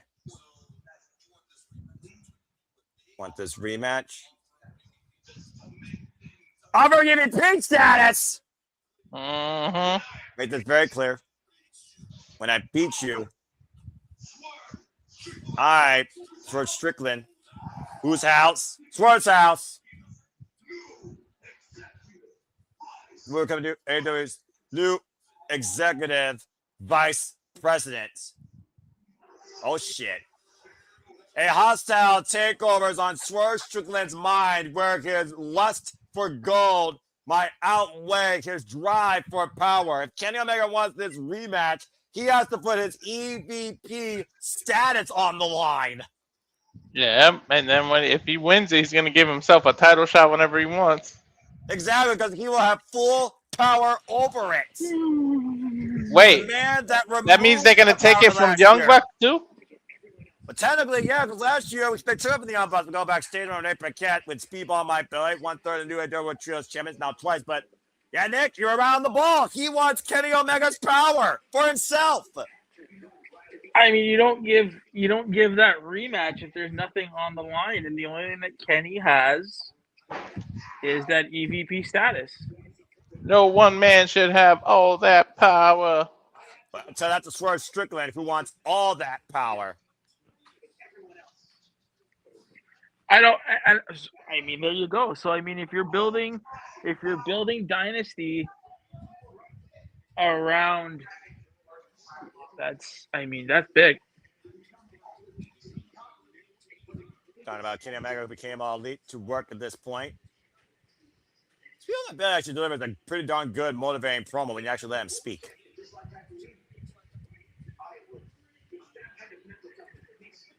That mental toughness. Mental toughness, and I know a thing or two about that. Hey. A lot of momentum, though, on the side of Speedball Mike Billy after they beat the Don Callis family. Speaking of, we get ready for singles action here with a guy that has really been impressive since returning from the injury. Dunkzilla, Dangerous, Mart Davis, as we get ready for this singles division. But again, folks, we have to speed. Swerve Strickland wants Kenny Omega's power and wants to become his own EVP. If Kenny Omega wants that rematch, he wants full control over the World Championship picture. That's a dangerous combination for Swerve Strickland to have. Yep. I mean, most people say it's all about money, power, and respect. I'm sure Swerve already has the money. He's got people's respect. All he's missing is the power. Well, with power comes leverage. With leverage comes championships. With championships comes possession. Possession, 9/10 of the law. We'll find out if Kenny Omega accepts that counteroffer, and when that match will happen soon enough as we get ready to fight with Speedball Mike Bailey versus Mart Davis. This should be interesting. Dude, speed versus power is seriously coming up. And of course, we are talking about 1/3 of the new AEW Trios champions alongside Mystico, as Mystico made history, not only becoming All Elite, but also now a Trios champion in both CMLL and AEW. Just be now 2-time AEW World Trios champions. They still rocking the Mystical mask. Going back to that Swerve promo, Please. having that stipulation in there, again, it's stakes, right? And there's no better place for a match like that than at Dynasty. I mean, that's a smart move. Now, I mean, does Swerve win? Now, that's the question. Yeah, I'm about to say, we talked about before the aspect of everyone removed from power, except for Kenny Omega, who has had the most selfless nature with his power. What happens if Swerve Strickland seizes that and removes Kenny Omega altogether? We're going to get what the Young Bucks used to do when they were a few years ago with all the power. Yeah, well, I guess there's something more dangerous than a weapon in one man's hand if Swerve Strickland gets EVP behind his status. Again, more details to come later. And Speedball stepping outside, those sidestepping Mark Davis. Clear the speed advantage, pun intended, on Speedball. Go ahead, Nick. Oh. Now, a little side thing, and this makes you wonder: is this a way or an avenue for Hangman to come back and have that agreement be null and void? Like this, doing this match, it opens up a lot of questions of what you can do, and this is the thing that I kept talking about. I want Tony to have fun with this stuff, make this stuff engaging. That's engaging. Like that is a solid kind of stake to put on the line in that match. And Swerve Strickland has all the coup for that. Go ahead, Walter. There's multiple levels to it. Exactly. It's more than just the championship at this point. It is literally controlling AEW. Speaking of AEW being in control, get ready for a slam dunk not only Saturday but Sunday with Slam Dunk Collision, as you will get AEW Collision on both Saturday and Sunday night following the NCAA tournament live coast to coast. Again, that's this Saturday and Sunday. Special start time following the NCAA tournament. Also, storyline wise, who knows if Tony even approves of this? Axe kick. Round kick by Speedball Mike Bailey. So proficient. Of course, black belt in Taekwondo. They can offer this all they want, but ultimately Tony Khan has to sign off. Is he willing to give to risk it and actually give Swerve that power? And to that point, how far do you take it? How far does Swerve get drunk on power? And do we finally get the storyline to where Tony gets ousted from power? I don't know. Remember a couple of years ago, what did the Young Bucks do to Tony? Change the world. They literally wiped him out on stage at Daly's place. Mm-hmm. Now Speedball on the corner. Triangle moonsault wiping out Mark Davis. The Rose will land on his feet. This is layered, man. It can be. It definitely can be. I just hope, again, we know that we get great wrestling from AEW. We know that. Exactly. It's time, and, people will probably criticize what I'm going to say, but, we don't want to make this WWE light, but, give us some captivating stories to where we're invested. That is a program that we can get invested in. Is what will how far does Swerve go with that? Does he get drunk off power? Right? Does he get drunk off power and maybe go for the snake's head? You know what I mean? Yeah, who knows? Maybe in the future he can give himself a title shot, but then Tony steps in and says, if you win the title, you become the new champion. But if you lose this match, you got to give up the power. Like, it can keep going. To be fair, MJF could also leverage that, and MJF is all about negotiations. And again, as I said, MJF, keyword MJF, has not faced Swerve Strickland yet one-on-one in AEW. Their only in-ring encounter was later the fatal four-way at World's End when MJF got his world back, pinning Samoa Joe, the very man that took the world from him. And might I add, Samoa Joe is still out injured. And while you all keep going all in on this narrative of a power struggle and a lust for gold, again, AEW All-In will be in London, August 3rd, 2026 at Wembley Stadium. Get your tickets today, folks. That Speedball was just powerbombed back first on the freaking apron by Dunkzilla Mart Davis. This match continues in restaurant quality, Perazzle and picture, fuck television. But I do love this aspect of a power struggle with the competitor versus being guided by the authority figure. And Kenny Omega was the one that asked for this. Swerve Strickland came with the counter offer. Now it's a matter of deal or no deal in a bigger, more expensive choice made than any episode of Deal or No Deal history. Mm-hmm. You know, and that decision you can build over weeks of television, right? Well, we'll see if Kenny Omega responds tonight or next week. Again, still to come tonight. We know we got trios out, and you did see the Young Bucks earlier. Young Bucks, Jungle Jack Perry, the new AEW National Champion, go up against Roppongi Vice, and, of course, the AEW National Champion, Kazuchika Okada. Of course, Okada, still a champion in the Don Callis family, but Konosuke is not. Kyle Fletcher, of course, still TNT champion. Not to mention, Toni Storm has been taken out, which means Marina Shafir now has no holds barred action against Mina Shirakawa. That's still to come tonight and more on Dynamite. We are back here at our program. And to think, we're not even, well, I guess what I just realized, we are in the second hour. Damn, how time flies. Yeah, look at the replay here, guys. Watch the Speedball lands. Time flies when you put on quality television. You don't think about how long the show is. I mean, to be fair, that applies to pay-per-views as well. And I think Speedball wished that this match had a little bit more speed to it after his back got concaved on the apron. Again, Dunkzilla, Mark Davis. Can we talk about how much of a destructive asset he's been for the Don Callis fans since coming back from injury? He is ridiculous. Mm-hmm. Dangerous on his tights and quite verbatim. And right now, He would have been very dangerous to the tag division if his partner didn't get hurt. If Jake Doyle didn't separate his shoulder, I think that was what it was. Separate his shoulder. That's exactly right. To Jake Doyle, again, get well soon. Jake Doyle, Penelope Ford, Samoa Joe, and Bobby Lashley. I wish them all the best to get well soon, as well as Buddy Mathis. Again, Speedball trying to break the grip, of Mark Davis. One hand freed from the turnbuckle and now hoisting up Dunkzilla.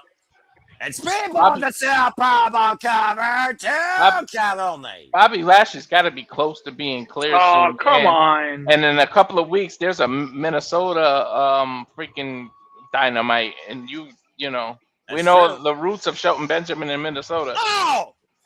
Shooting star Prince 2-0. David's able to kick out. And we know business is going to pick up also for the Hurt Syndicate here. It's just a matter of what the next business plan is.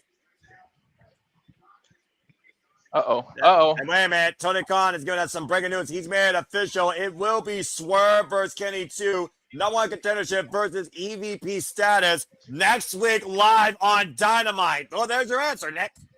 And I don't like that. Look at the state. I told you. Look at the city they're in.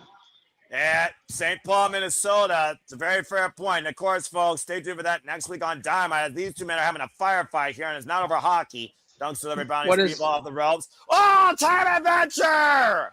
What does the state have to do with it? What do you mean? Because I was talking about Hurt Syndicate coming back. Bobby Lashley being cleared because you got to start having trio contenders. Again, Speedball Mike Billy scouting Mark Davis clearly from this past Sunday after this firefight exchange. And why Mark Davis got the better of the exchange. Speedball caught him with that spinning back heel kick and clocked him. Both men down for the moment. Damn, man. I don't know. They booked that kind of super soon. Well, again, Nick did say you only got 4 weeks, so maybe the first week, again, this is the fallout. The next week, you have the match. The following week, you hear from the winner, you hear from the loser. And then the week of the pay-per-view, how do you go home into it? And also, again, this is implications on Maxwell Jacob. Oh, Jesus. Maxwell Jacob Freeman's AEW World Championship. And we don't even know the champion's in the building yet or is going to speak. And at some point, we're going to have to hear MJF because at the end of the day, Omega, Swerve, and Darby Allin have all set their sights, as of right now, on the AEW Men's World Championship. Swerve could very well insert himself if he wins the power. He could make the Dynasty match and insert himself in Dynasty. Exactly. And Kenny Omega and Darby Allin cover up the crucifix bomb kick out at 2. That was almost like a razor's edge. He kind of let go of the bomb. No kidding. And again, Mark Davis back on the attack with the sliding elbow in the corner. Just straight full force throttle is Mark Davis. No let up. That's a big man. I feel bad for Mike right now. Go, go, go, go. The battle of speed versus power. Looking for the backslide here. And again, Mark Davis grabbing the ropes. Oh, jeez. That kick to the back of the head. The proficient striking. Backslide cover. Till and speak. It's a 2 count. Look for that kick again. Oh, it's a Guri by Mark Davis. Rock speedball. Rebound off the ropes. Dunks it on the move. What? God, I want that one lariat. What a shot.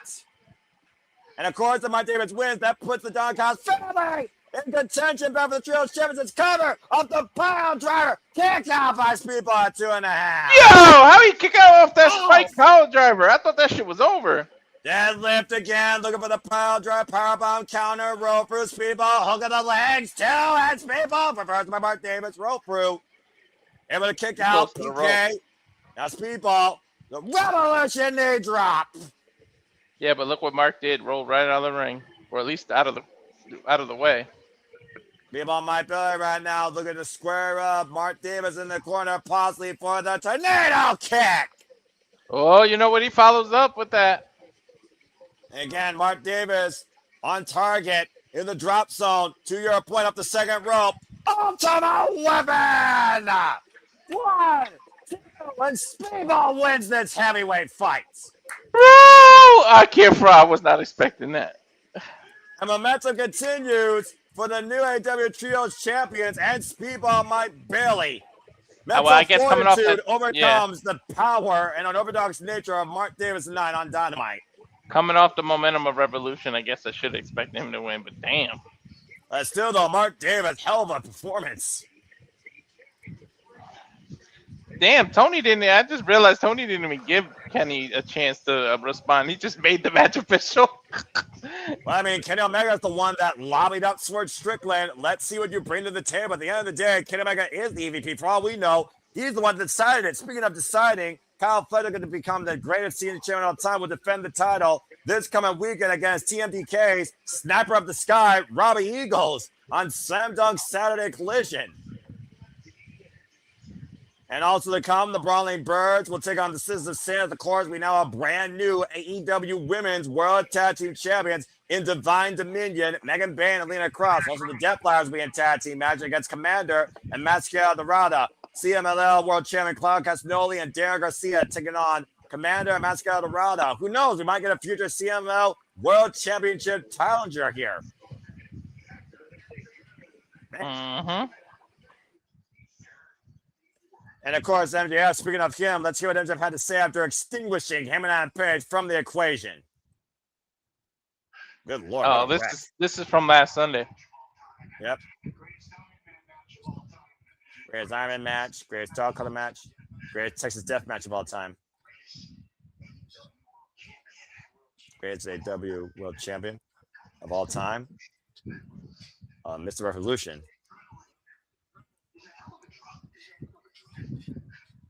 Adrenaline is a hell of a drug, so they say. It'll stop you from feeling pain. Well, there's literally blood all over the wall behind him. 3 ounces of blood pouring out of his body. Doesn't matter. Because I won. Heck, he won. It's all worth it. He still holds the grand prize of them all. The Triple B.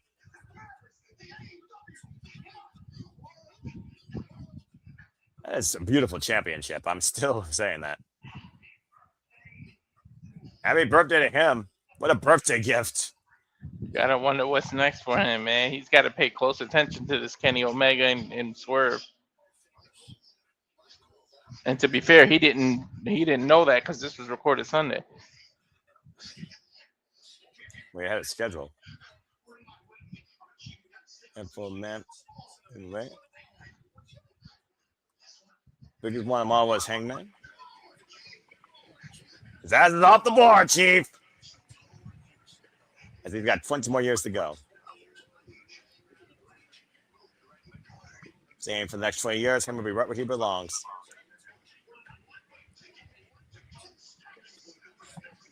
Imagine giving him a woman ticket to GOAT status. For the next 20 years. I mean, it's hard to argue right now what he's doing.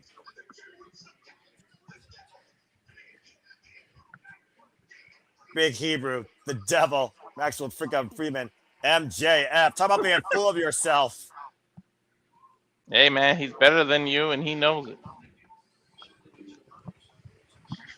Hard to argue with a man when he's proven himself, right? Yep. You can't argue with him. Yeah, let's see what he's got next.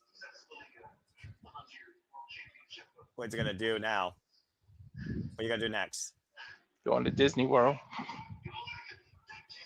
How did I know that? I really hate you sometimes with how right you are. Coming up next, Mina Shirakawa versus Marina Shafir in No Holds Barred. Fuck television. Everybody who has the title says that shit. That's why. I ain't spending my money on that. That being said, well, again, Dunkzilla, great exhibition, I would say, if nothing else, but Speedball right now, flying high and proud as Trios champion once again. Renewed confidence, renewed momentum. To be fair, that match was in Cali. You should have went to Disneyland. You're already right there. I mean, get the hell out of California. He's an East Side boy. I'm just saying. Oh. And Sandy here giving some thoughts. One Ken Omega beats Sword Strickland, cannot lose all EVPs because his ego of not just accepting a win over Omega just a few weeks ago. So Sandy with a hot take there. Talking about a Swerve's ego. Again, forgetting about post-match assault. I think he meant. I think she meant. Wouldn't it be that Kenny has an ego because he couldn't accept the loss? I think Swerve, because again, we're talking about Swerve wins. What if Swerve loses? They will be 1-1. Nick, you're talking about how they're pushing this too fast. What if Omega wins? Just saying. AEW has taught us a lot this past Sunday. Bro, there's a lot on the line. Conclusion in every freaking thing. There's a lot in the line. I don't know where Swerve goes from here if he loses. I How mean, much more days they get? Well, Swerve has one win. Let's say if Kenny wins, do you run it? Like, you can run it back. Yes.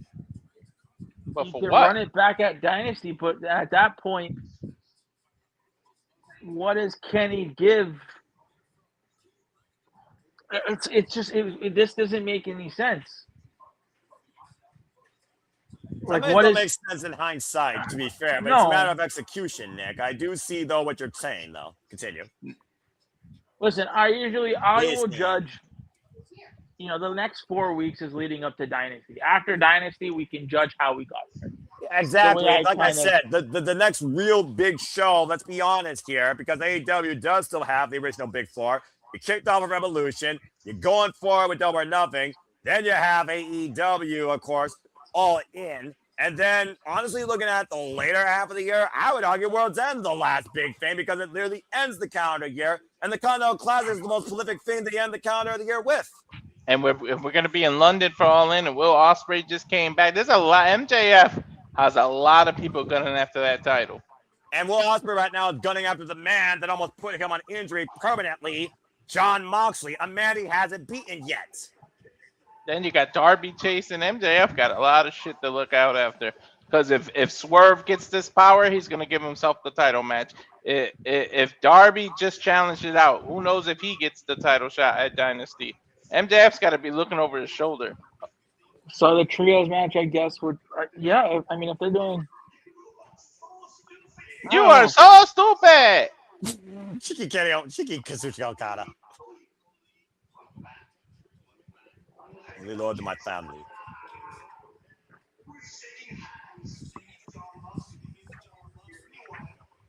That's a good thing, John Moxley. This is really poetic because we're literally looking at former chaos here. Just putting that out there. For that familia. The freaking living thumb of the business, Don Callis. Beach. But Big Time Trios match to the come tonight, but coming up next, can Mina Shirakawa solve the problem? Round Hell 2, it's no. Mina versus Shafir. Oh boy. And it's no I don't- holds barred. I don't think any mathematician can solve this problem. It's a fair point, honestly. You called her the most dangerous woman in AEW, honestly. And we already heard what Mina Shafir said against Thomas Toni Storm. I retaliate and I mutilate. To think, when Thomas Toni Storm was just regular Toni Storm, she gave Marina Shafir sound advice. Do things your way and don't let people tell you how to do things differently. And Shafir followed that advice. But as we saw earlier tonight, for some weird reason, as Luther speaks Lutherese, Oh my God. Christ! Thomas Toni Storm literally was bludgeoned. The amount of blood, and I guarantee that was Rousey. Shafir saying now you're done business. Will you stop that? I'm shocked they let her talk. Marina Shafir has been very vocal as of late, and it goes back to Shafir's newfound confidence in her own abilities and who she is as a competitor and the lieutenant for the Death Riders. Let's not forget, this is John Moxley's lieutenant. Not only does she train with them, she trains them. And like I said, Everybody love Mina! well, We're gonna have to stick to the last names because Mina and Marina is gonna be too much. Marina, Marina. Marina,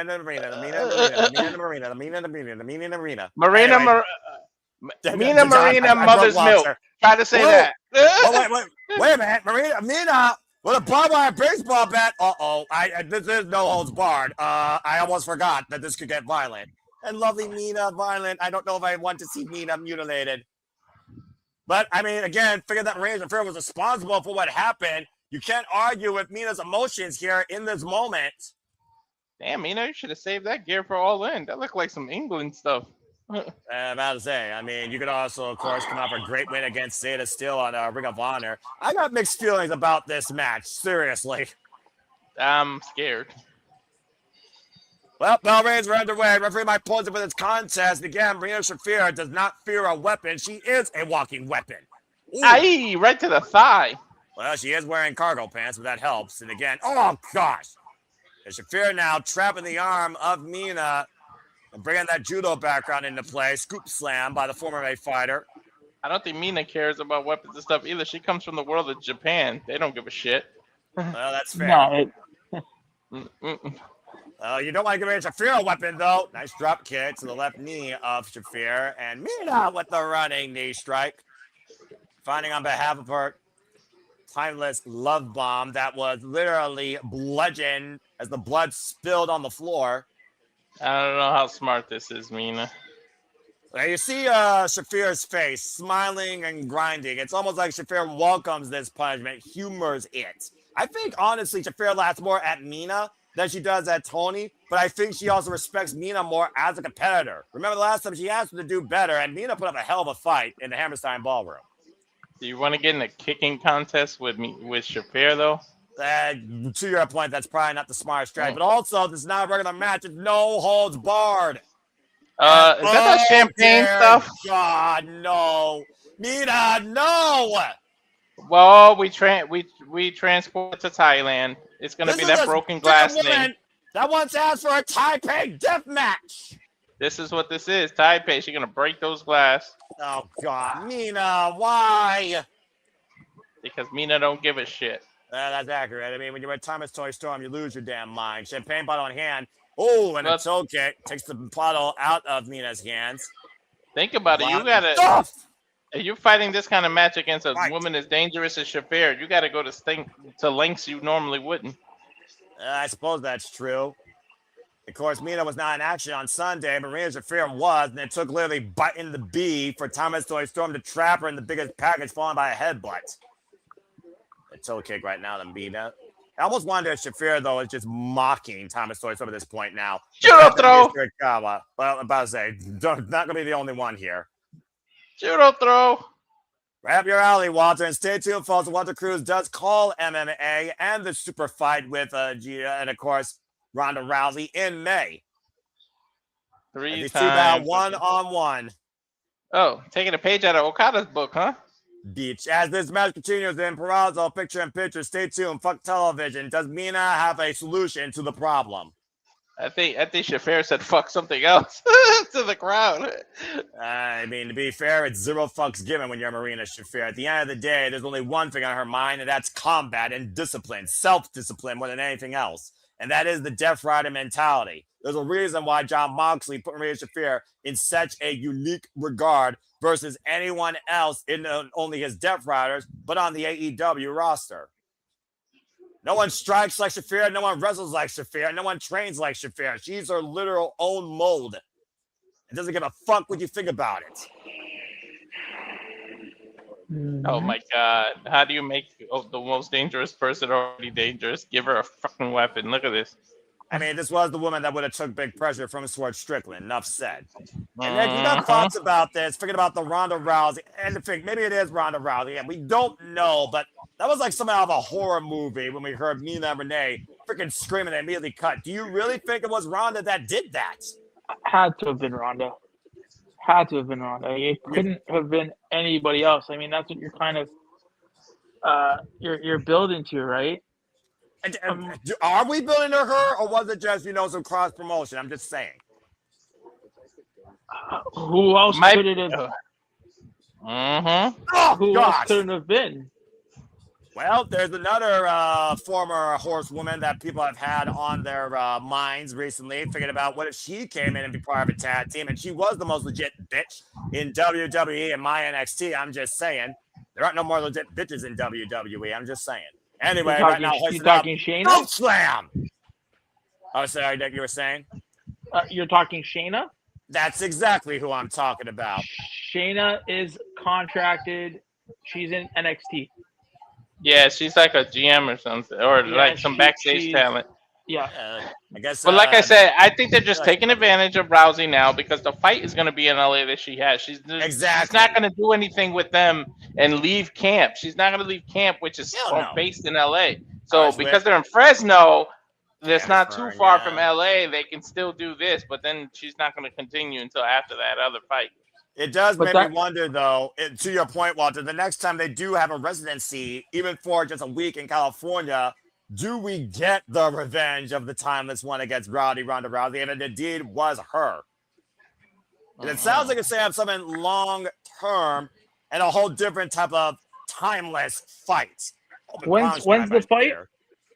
May 16th. And Tony Khan was invited to it.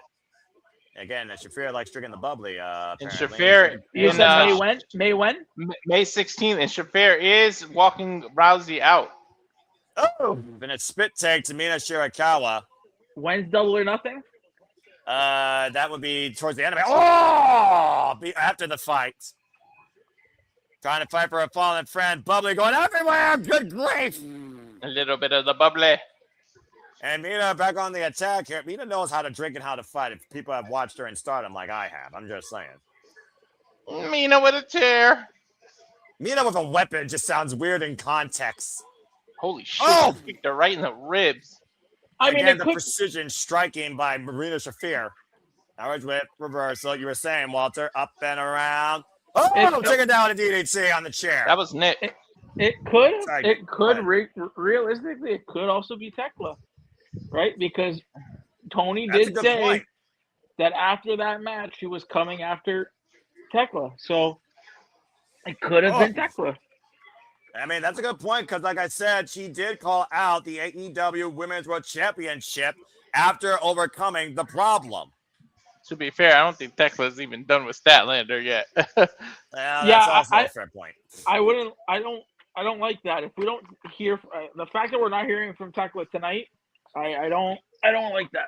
Well, you gotta consider we know the Sisters of Sin will be in action this Saturday on Collision. Oh, and there's only so much you can fit in 2.5 hours. The hell was that? Like a neck twister onto the chair. Cover 2, and I don't think Mina got all of it. 2.5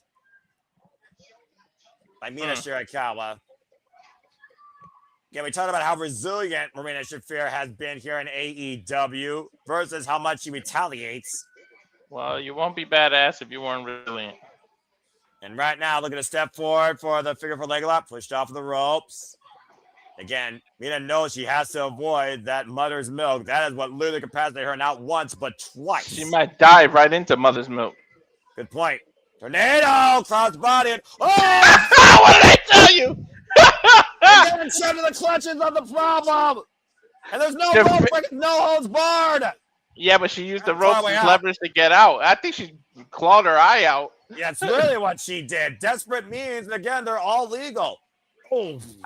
When Shafir lays down like that, she's ready to snack you in the mother's milk. I knew that's what that was going to be. Like a Venus flytrap, just trapping her in her clutches. Exactly. She lets you get confident and boom. What else is under there? Come on. You already have the champagne bucket. You got chairs. You got barbed wire baseball bat from earlier, to your point. That hasn't been used tables. Yet. Well, they wanted tables earlier, Nick. They're finally getting it.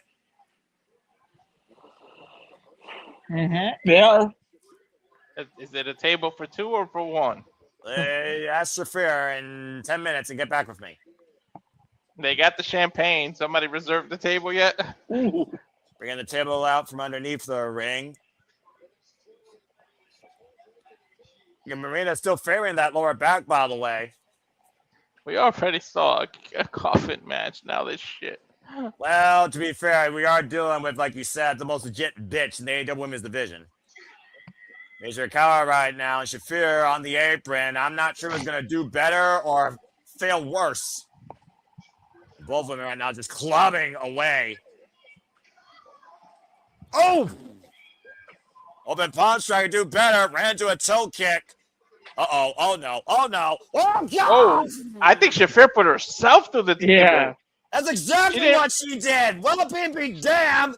Backdrop suplex to the floor, and Shafir crashing through the table. And she really didn't fuck. She really didn't get Mina. She dropped herself. Well, was that worse for Shafir or was it worse for Mina? Because to your point, Mina hit nothing but floor practically. And oh, wait, but she hit the edge. Look, she hit the edge. Oy. Ah, that hurt. The edge is the most dangerous part. No holds barred, reckless abandonment. Disastrous landing, and again, Shafir favoring her lower back, and that might be the only saving grace for Mina. Now look at the foot punishment, cover, and kick out at 2, like a days ago cover there by Shafir, who wants Mina to do better. Shafir's not, I'm sorry, Mina's not going to give up that easy. Yeah, Shafir should have known that too. I think Shafir right now is in a subtle disbelief. I don't think Shafir cares because she gets happy delivering punishment. To be fair, I think Shafir likes punishing Mina the most, and I don't know necessarily that's the best thing for me to say on commentary. Mm-hmm. Been punishing her since Blood and Guts.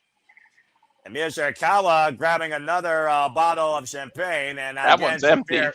Intimidating referee Mike Posey. I think Mike Posey is more intimidated by Shafir than just by Athena. Oh! Back fist! Cutlass spinning back fist! And don't forget, Shafir's barefooted too, and glass in the ring.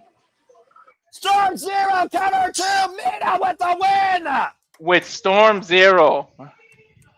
Talk about poetic justice. The original Storm Zero, Monte had the Tiger Driver. Dude, that's poetic justice, Noah. No kidding. Talk about how much a woman's willing to fight for love. The fact that Mina wins is scaring me. I think Rousey is going to pop out now. Now, you see Shafir is shedding a little bit of blood on her shoulder. That bottle straight over her damn head. And again, we still don't know who attacked Thomas Toy Storm. Shafir wanted Mina to do better. She did better, all right. Damn. Come on, hit some unknown music so Rousey can come out. All right, well, let's look, dude. It's the fallout. Let's be subtle here, all right? Mina celebrating victory here again. She wasn't even involved in this fight. She stepped up towards her concussed out forever lover. But why is that girl was bleeding buckets? But why is Mina winning that? I'm about to say, was Toni Storm at to win this? I thought it was over on Sunday. Again, where do we go in the AEW Women's Division? More and more unknowns. Bottom line, Mina did better tonight against Shafir. Problem solved for now. Marina just proved she can be just as badass. As we, speaking of badasses, let's go backstage to Andrade El Idolo, another person we should not leave out of the AEW Championship equation. Let's see what's on his mind next. No photos with Renee. She's married, and you don't want those problems with Mounts. Will you stop that? John Cruz. I hate that I share a last name with this idiot. Oh, Don Callis on the phone. Oh my God, his big ass head still takes up the whole TV screen, and he's on a phone. Damn.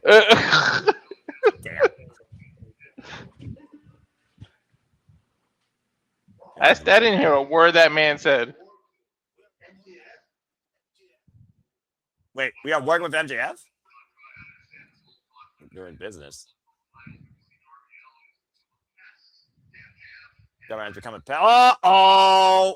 Did he is paying the family to take out Darby? It sounds like it. Money speaks. Big money, man. That is all about the money. Look at that suitcase. Take Darby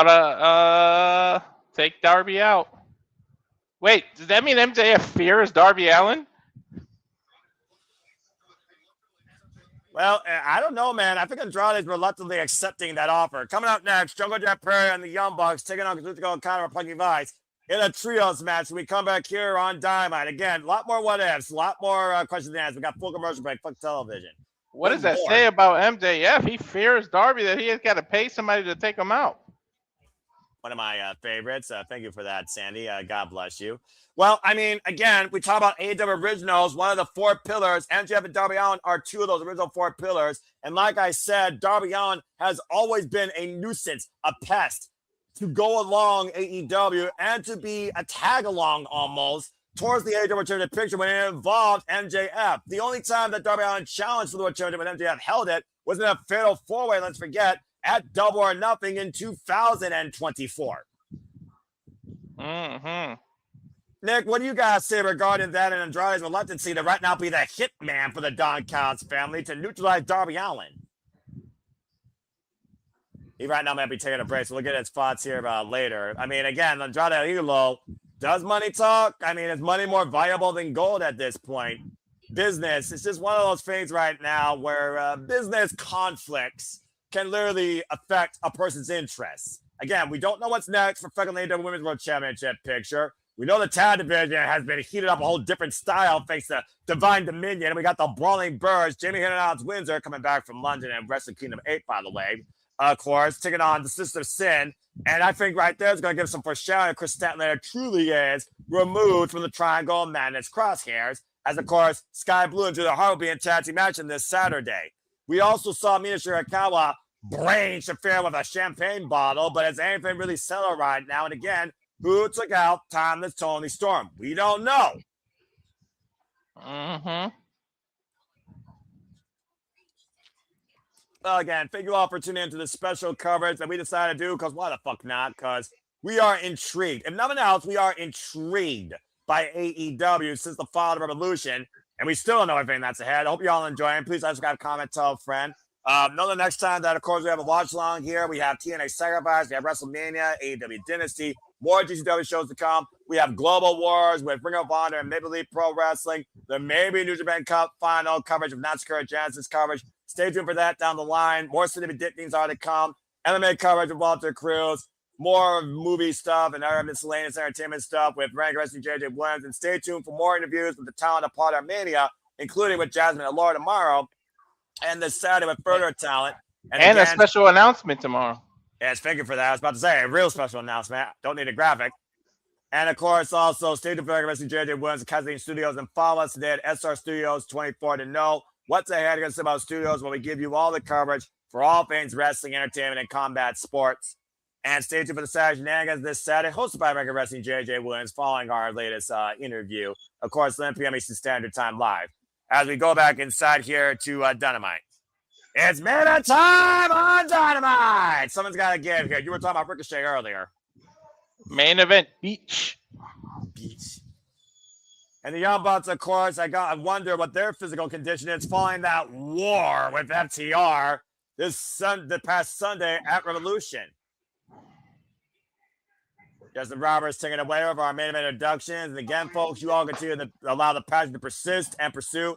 Think about whether those that have tuned into all the watch alongs to this point, including Reveloution this past Sunday, as well as predictions postmortem with me and Papa Gino. Hope you all continue to enjoy and stay tuned. Again, we chose to cover the fallout from this period because it was their first, it was their kickoff, and we're intrigued to see what's next. And when we don't have all the answers, This has been quite fun.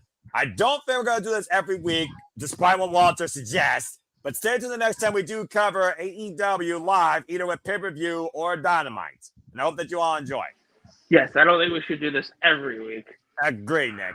Specials, yes. Regular shows, no. But this Fallout, it gave a lot of possibilities. And right now, we got 5 people to think about in the AEW World Championship picture. We have no idea what to think about in the Women's Championship picture. But Thomas Toni Storm right now, wiped out, is a story in itself.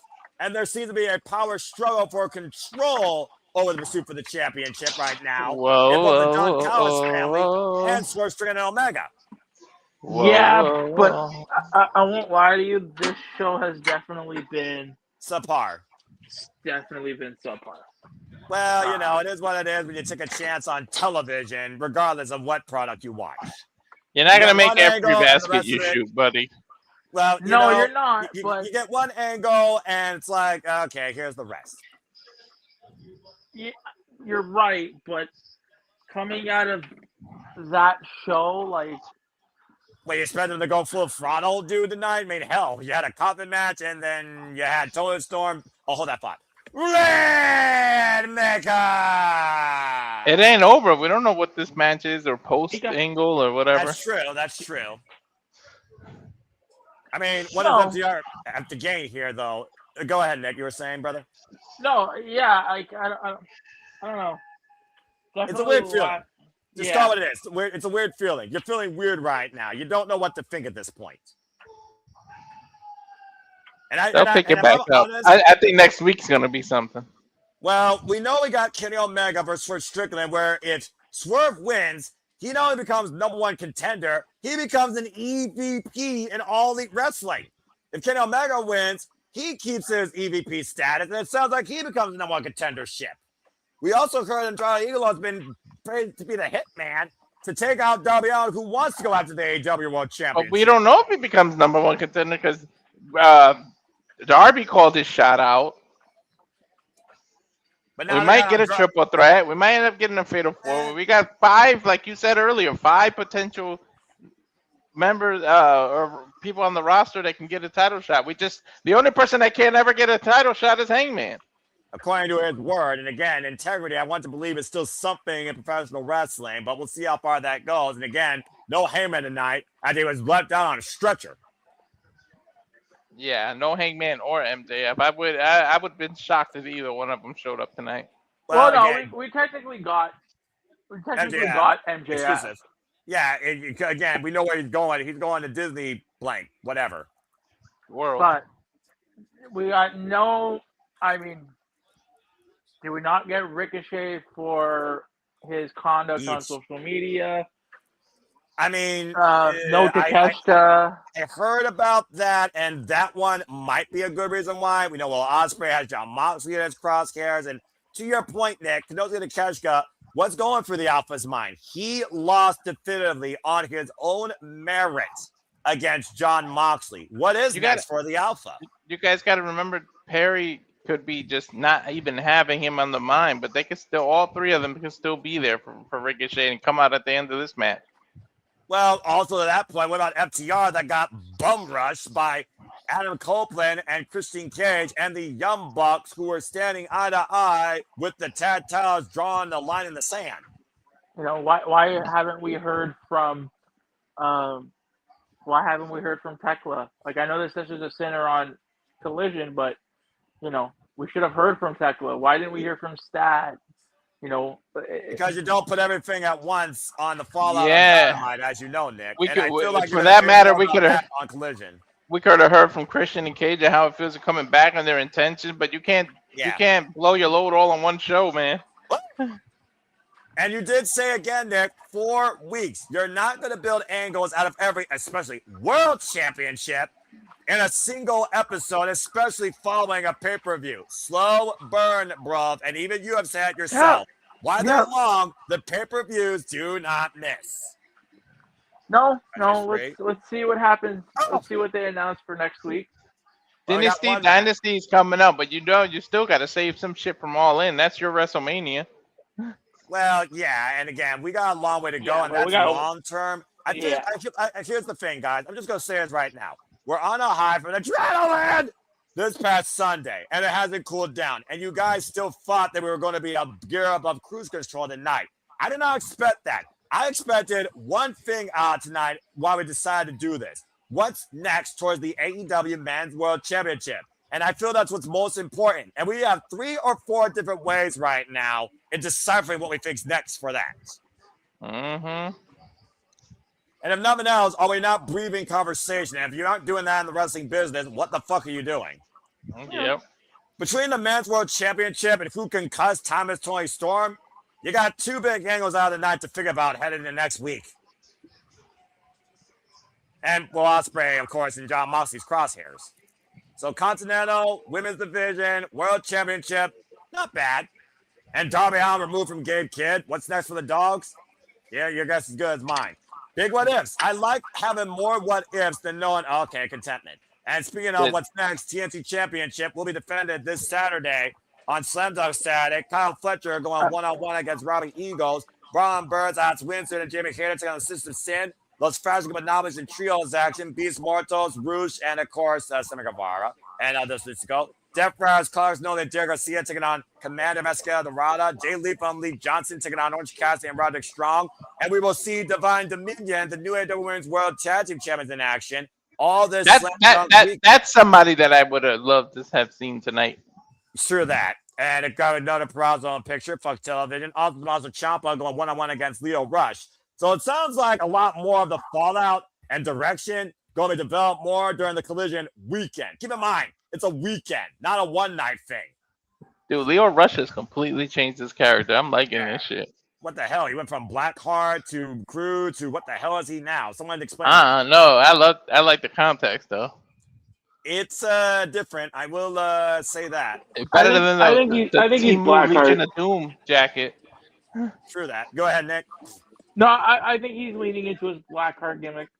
It'll be interesting to see. Yeah, fair enough. Ooh, nice. Ran into both their boots. Yeah, I'm about to say a little miscommunication there by Don Kyle's family, Roppongi Vice. Of course, we know Roppongi Vice, Triple Red and Record Mail from our IWGP Junior Heavyweight Tag Team Champions and Junior Tag League winners, Chuchiko Okada, notorious 6-man never openweight champion, and might I add, still AEW International Champion. This is going to be interesting with Andrade because last time Don Callis did something involving money, it didn't work out so well. Ask the Young Bucks. I mean, yeah, they got and lost like $1 million in a span of a few weeks. Money talks, I suppose, in the Don Callis family. And again, we know that, of course, we'll be going soon to South Carolina. Oh, Jesus. North Carolina. And to the next point, the entire week of Dynasty will take place through Canada. Oh, Canada. Non-copyright. Lucky, damn it, lucky. Actually, those aren't copyrighted. Oh, yeah. National anthems aren't non-copyrighted. Okay, I get it. It freaking still annoys me. Damn it. I always find a reason to annoy me. And I'm sure, again, Ricochet. Oh, my God. That whole week is going to be in Canada. I can't wait for the Christian and Cope build for that event. I mean, they're going to be involved at Dynasty. It's a foregone conclusion. It's just a matter of if that's the opportunity that they get to finally do what Adam Cole came to AEW to do with his longest running brother in the business. And that's one last run as tag champs, even if he's an asshole. Freaking grimace like Christian Cage's face. Dude, is it me or this like, damn, how many fucking commercials are they going to give? Well, you got to pay advertising cover. This was the longest commercial break we had tonight. To be fair, there was no commercials probably during the women's match as well. And it does feel like it was limited commercials throughout the show. We talked about how fast the show's been flying by. So honestly, I'm not surprised. It's just it's hard. You do a great job. For me, it's kind of hard to focus when it's on the split screen. Well, yeah, you know, sometimes it's like what matters more, what's going on during the commercial or what actually is the commercial. For me, it's what's actually going on during the commercial. Jawbreaker by Jack Perry. And again, we don't know the go-out angle. Does the man get involved? Does FTR get involved? Does Christian Cage and Adam Copeland get involved? Does something else happen that throws this thing off the rails? Does Mina Shirakawa get mysteriously attacked? Or do we find out who attacked her, Toni Storm, all along? Elbow to the corner, and Jack Perry able to get out of the way as we're back here on main event on AEW Dynamite. I'm very subtle, and honestly, I need this after Sunday night. Very subtle, simple Wednesday night. Push off the ropes. A rebound lariat by Jack Perry. What's all cut out? We don't know if the demand is standing by, waiting for Jack Perry to just drop his guard. Well, Jurassic Express are looking to go on a national tour. So, again, we don't know if they're trying to break that bus. We know it. Jack made. In comes Nick to shift the momentum here in favor of what used to be the freaking corporate elite, if I'm going to call it that. I wouldn't go nowhere near that bus when there's a freaking Jurassic Park in there fucking guarding it. Yeah. Wait, is Universal Studios in California or in Florida? You're losing me here. Huh? Escalera, the Jurassic Park. It's like in Universal Studios, right? Is that in Florida or in California? I think so. It's in Florida. I'm just saying, he's in it. Luchasaurus is in the bus. I wouldn't go mess with it. Well, he's only got one arm, to be fair. PK to Okada, who was literally brought in by the Young Bucks. Let's forget. All aboard the Locomotion Suplex Express, and Matt Jackson, despite the compromised bat that still ails him in his career, taking Rocky for a ride from one side into the other, and a double suplex to Roppongi Vice. That stinging effect on his shoulder be damned.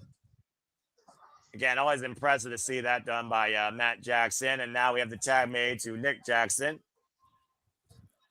I don't think they got another angle because we only got 2 minutes left. Well, they always go over on Dynamite. About to say, you realize we always go over, right? Elbow drop combination here by the Bucks. Plus, you got to remember, we're in California. So honestly, this makes sense. And personally, I don't mind ticket fans a little bit slow. Have you accepted your invite? I'm about to say, oh no! Oh, never mind. No super kick party. Strike. Sold out kick, you were saying. Went for the rolling kick. Uppercut. Swinging a miss. Oh, a jumping knee. Very nice by Rocky Romero. King of sneaky style. And, oh no! There it is. I got my invite. Super kick party. Yeah, there goes Trent, who literally super kicked Rocky. Jumping knee combination by Roppongi Vice. Wipes the Bucks out. Jack Perry and Okada nowhere to be found right now. Referee for this contest, Rick Knox, by the way. Irish whip, sit up and over. The shoulder blocks there by the Bucks. Up and over with the sunset flips. The roll up, stepping through, looking possibly for dual sharpshooters. And Jack Perry, though, slipping out Okada, who comes into the ring, bringing him back towards center. They locked in the snail trap. Snail trap. Submission hell. Sharpshooters and snail traps. Incredible trios offense here, as I believe Rocky. Who's legal? Everybody's making it Rocky. I thought it was Rocky and Nick, to be fair. Mm-hmm. And to Sandy's point, by the way, folks, remember, New Japan Pro Wrestling, the New Japan Cup's currently going on, and the semifinals are coming up on March 20th. The Alpha, who will be involved during that stint of the tour, might be on his way to Japan as we speak, as he is the Injured World Television Champion and is triple contracted. Super kick. Tope! Throws himself for Trent Barrett with the tope suicida. Back in live action, though, Rocky Romero looking for sliced bread on Matt. Matt able to counter it. Uh-oh. And look at the hook up. Drop kick to the knee, preventing the Meltzer driver by Okada. Breaking the eyes. It's breaking down as expected. Big boot to Jack Perry, turns sideways. Slice. Rocky Romero. Slice bread. Oh, man. Ooh, what a knee. Yeah, ready knee by Trent Beretta. And they could be on the verge of taking this here. Got him hooked. Strong zero. Covered by Rocky and Jack Perry with the save. Damn, Jack Perry got in there last second. Yeah, desperate save there. Just diving in there by Jack Perry. But come on, senior referee. Get some control in this match. You know as well as I do when it comes to AEW, there is a leniency in tag team wrestling. Especially with Knox. And, well, I didn't want to point out that, but you're not wrong there. Cheeky pose there by the Don Callis family. The Young Bucks and Jack Perry all set up now for, what the hell? Nut bites. Up to up, and roll up inside cradle. Right in the Don Callis family jewels. Yeah, let's go with that. Oh! I guess the Young Bucks learn how to be savage like Jack Perry, who said a caveman can't teach them. Trigger. Big trigger to Rocky Romero. And looks like they're going to set him up for a sacrifice. Running knee strap by Jack Perry. Choose the half, Young Bucks the cover, and Jack Perry in the Bucks with a win. Oh, man. Wow. Nick is holding his shoulder bad. Well, good Where's return that to Matt? form, though, by this trio. I will say that. Something happened to Matt's. Is that Nick? Matt or Nick's shoulder is gone. Yeah, big time reset here for the Young Bucks. I think both their shoulders are gone, if we're being perfectly honest here. Well, we saw what happened Sunday. His shoulder was the story of the match. Yeah, that's fair. And Matt celebrating here with Jack Perry and Nick again, and Jack Perry with a microphone in hand. Oh, God. Please don't get the... Oh, I have to hear the Bucks talk. Well, I think they're going to have something to say regarding what happened this past Sunday. Let's see what the Young Bucks have to say and see what this might lead to. You think you know us. A little bit sweet. Had a great time match with Jack. But Sunday did not go your way. I mean, it was close. Effort. Christian and Cope were in California. This isn't too Effort. far. Again, do you bring all your fireworks at once? I'm just saying. Down by the front row, their family watching them. All the Young Bucks, pun intended. The kids. Hey, I'm the pun guy here, Young Bucks.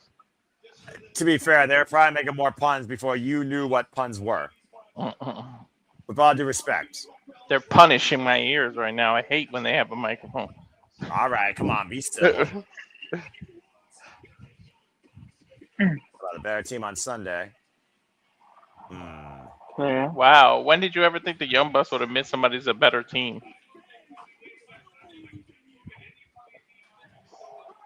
It was his birthday? I guess he had a belated birthday. I didn't know that. I knew it was MJF's. I didn't know about Jackson. Well, we all know how many people could share a birthday on the same day. Let's just call it what it is. Remember who you are.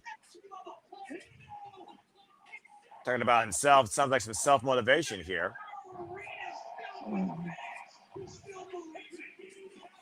Really feel the fans will still believe in you. We have still have fans who still love you. You develop following. I'm talking about as far as seeing sons, I'm proud of you. Papa Buck seems all right. Even Jess said Papa Buck seems all right. We did talk about before how this year could be the Elite's last run. Oh, okay.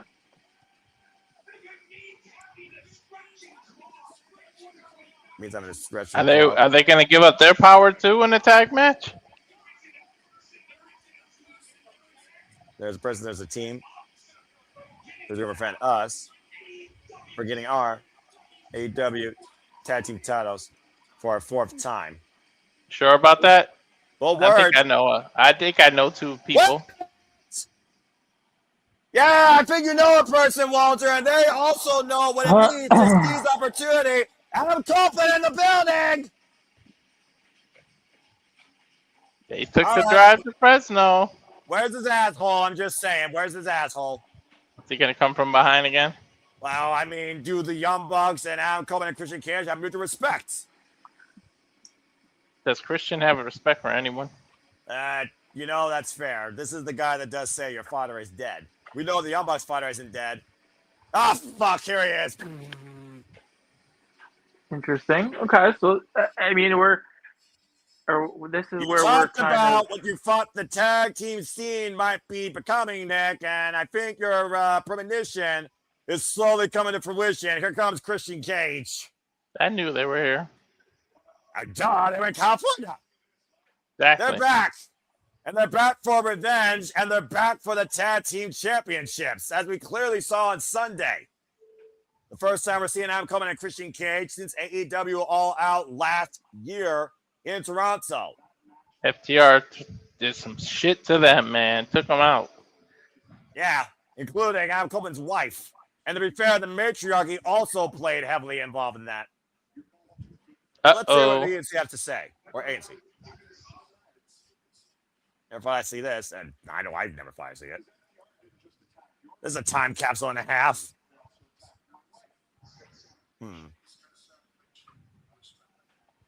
Adam Cohen saying respects the hell out of the Young Bucks.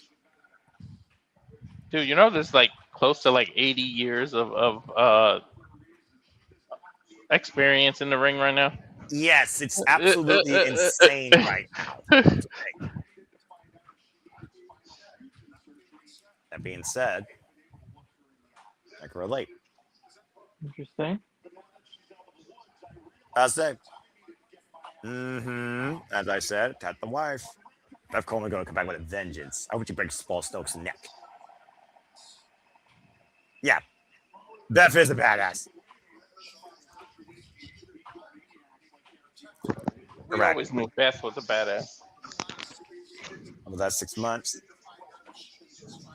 But when we find out she needs spinal surgery, and then look in the eye. Ooh. Now she's out of the woods. Need to get my ass back to AEW and rectify the damn situation. Uh-oh. Adam Coleman on revenge.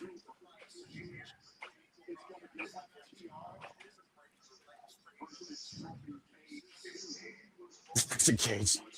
Just arms folded and just is more important than families.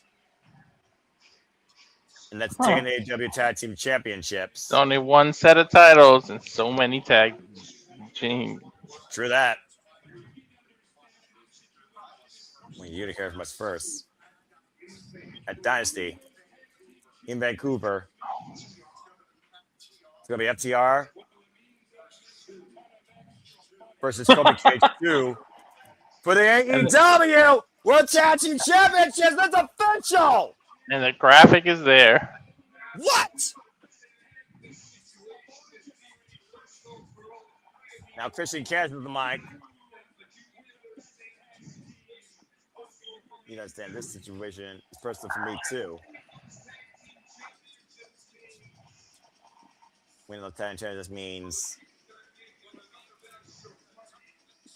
to make a ton of money. Let's never change, Christian. Selfish prick.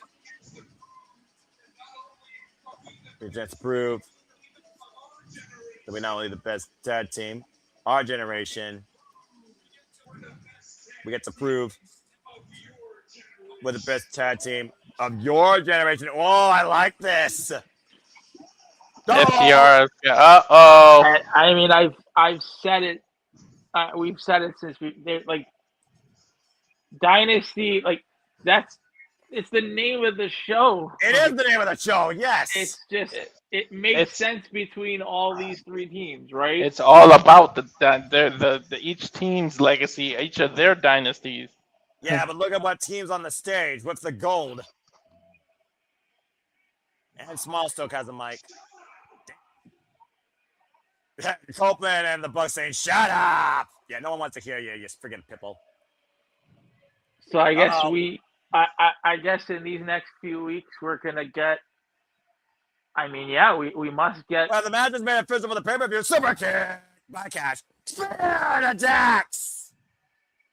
And Christian Cage lining up Cash. Oh, and a low blow. He'll go. Now hit the Young Bucks. Hit the Young Bucks. Hit the Young Bucks. It's good. Well, that was a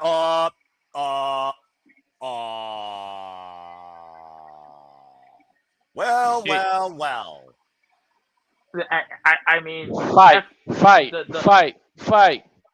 The Bucks have to find their way in. I guess that's the hook. How do the Bucks find their way into that match?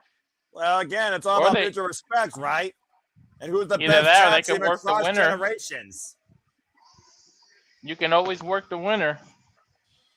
Well, we might be looking at a picture of things to come as Adam Coleman and Christian Cage hold the AEW World Tag Team Champions. And it is official at Dynasty, April 12th. It will be Cage and Cope challenging FTR for the AEW Tag Team straps. I like how Cope explained his hiatus. Because exactly. let's be real. Like, it was a 6 month, like he's been gone. for 6 to 8 months. Like, how do you pick up a feud that fast? Well, he explained it.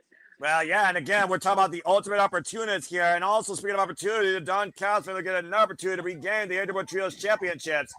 El Clone, Josh Alexander, Canosa de Casca will challenge Mystical and Jet Speed this weekend. And again, as we heard, next week, number one contender versus EVP, Swerve versus Kenny 2, where power and glory is on the line next week on Dynamite.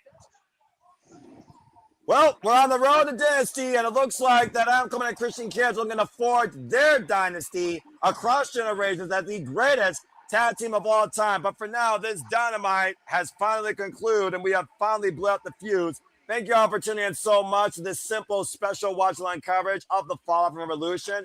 We'll see what's ahead here as we keep going towards Dynasty. For Walter Cruz, for Nick Ferrantes, I'm Samantha Noel Foster saying make a positive impact in life. Have a good night. We'll see you for our interviews with Jasmine and Laura and more to come this week across the Simple Apple Studios with the Potter Media talent and the Saturday Shenanigans too. Walter, cut the fucking feed and thank you to all of you. Adieu. Cut the feed! Cut the feed!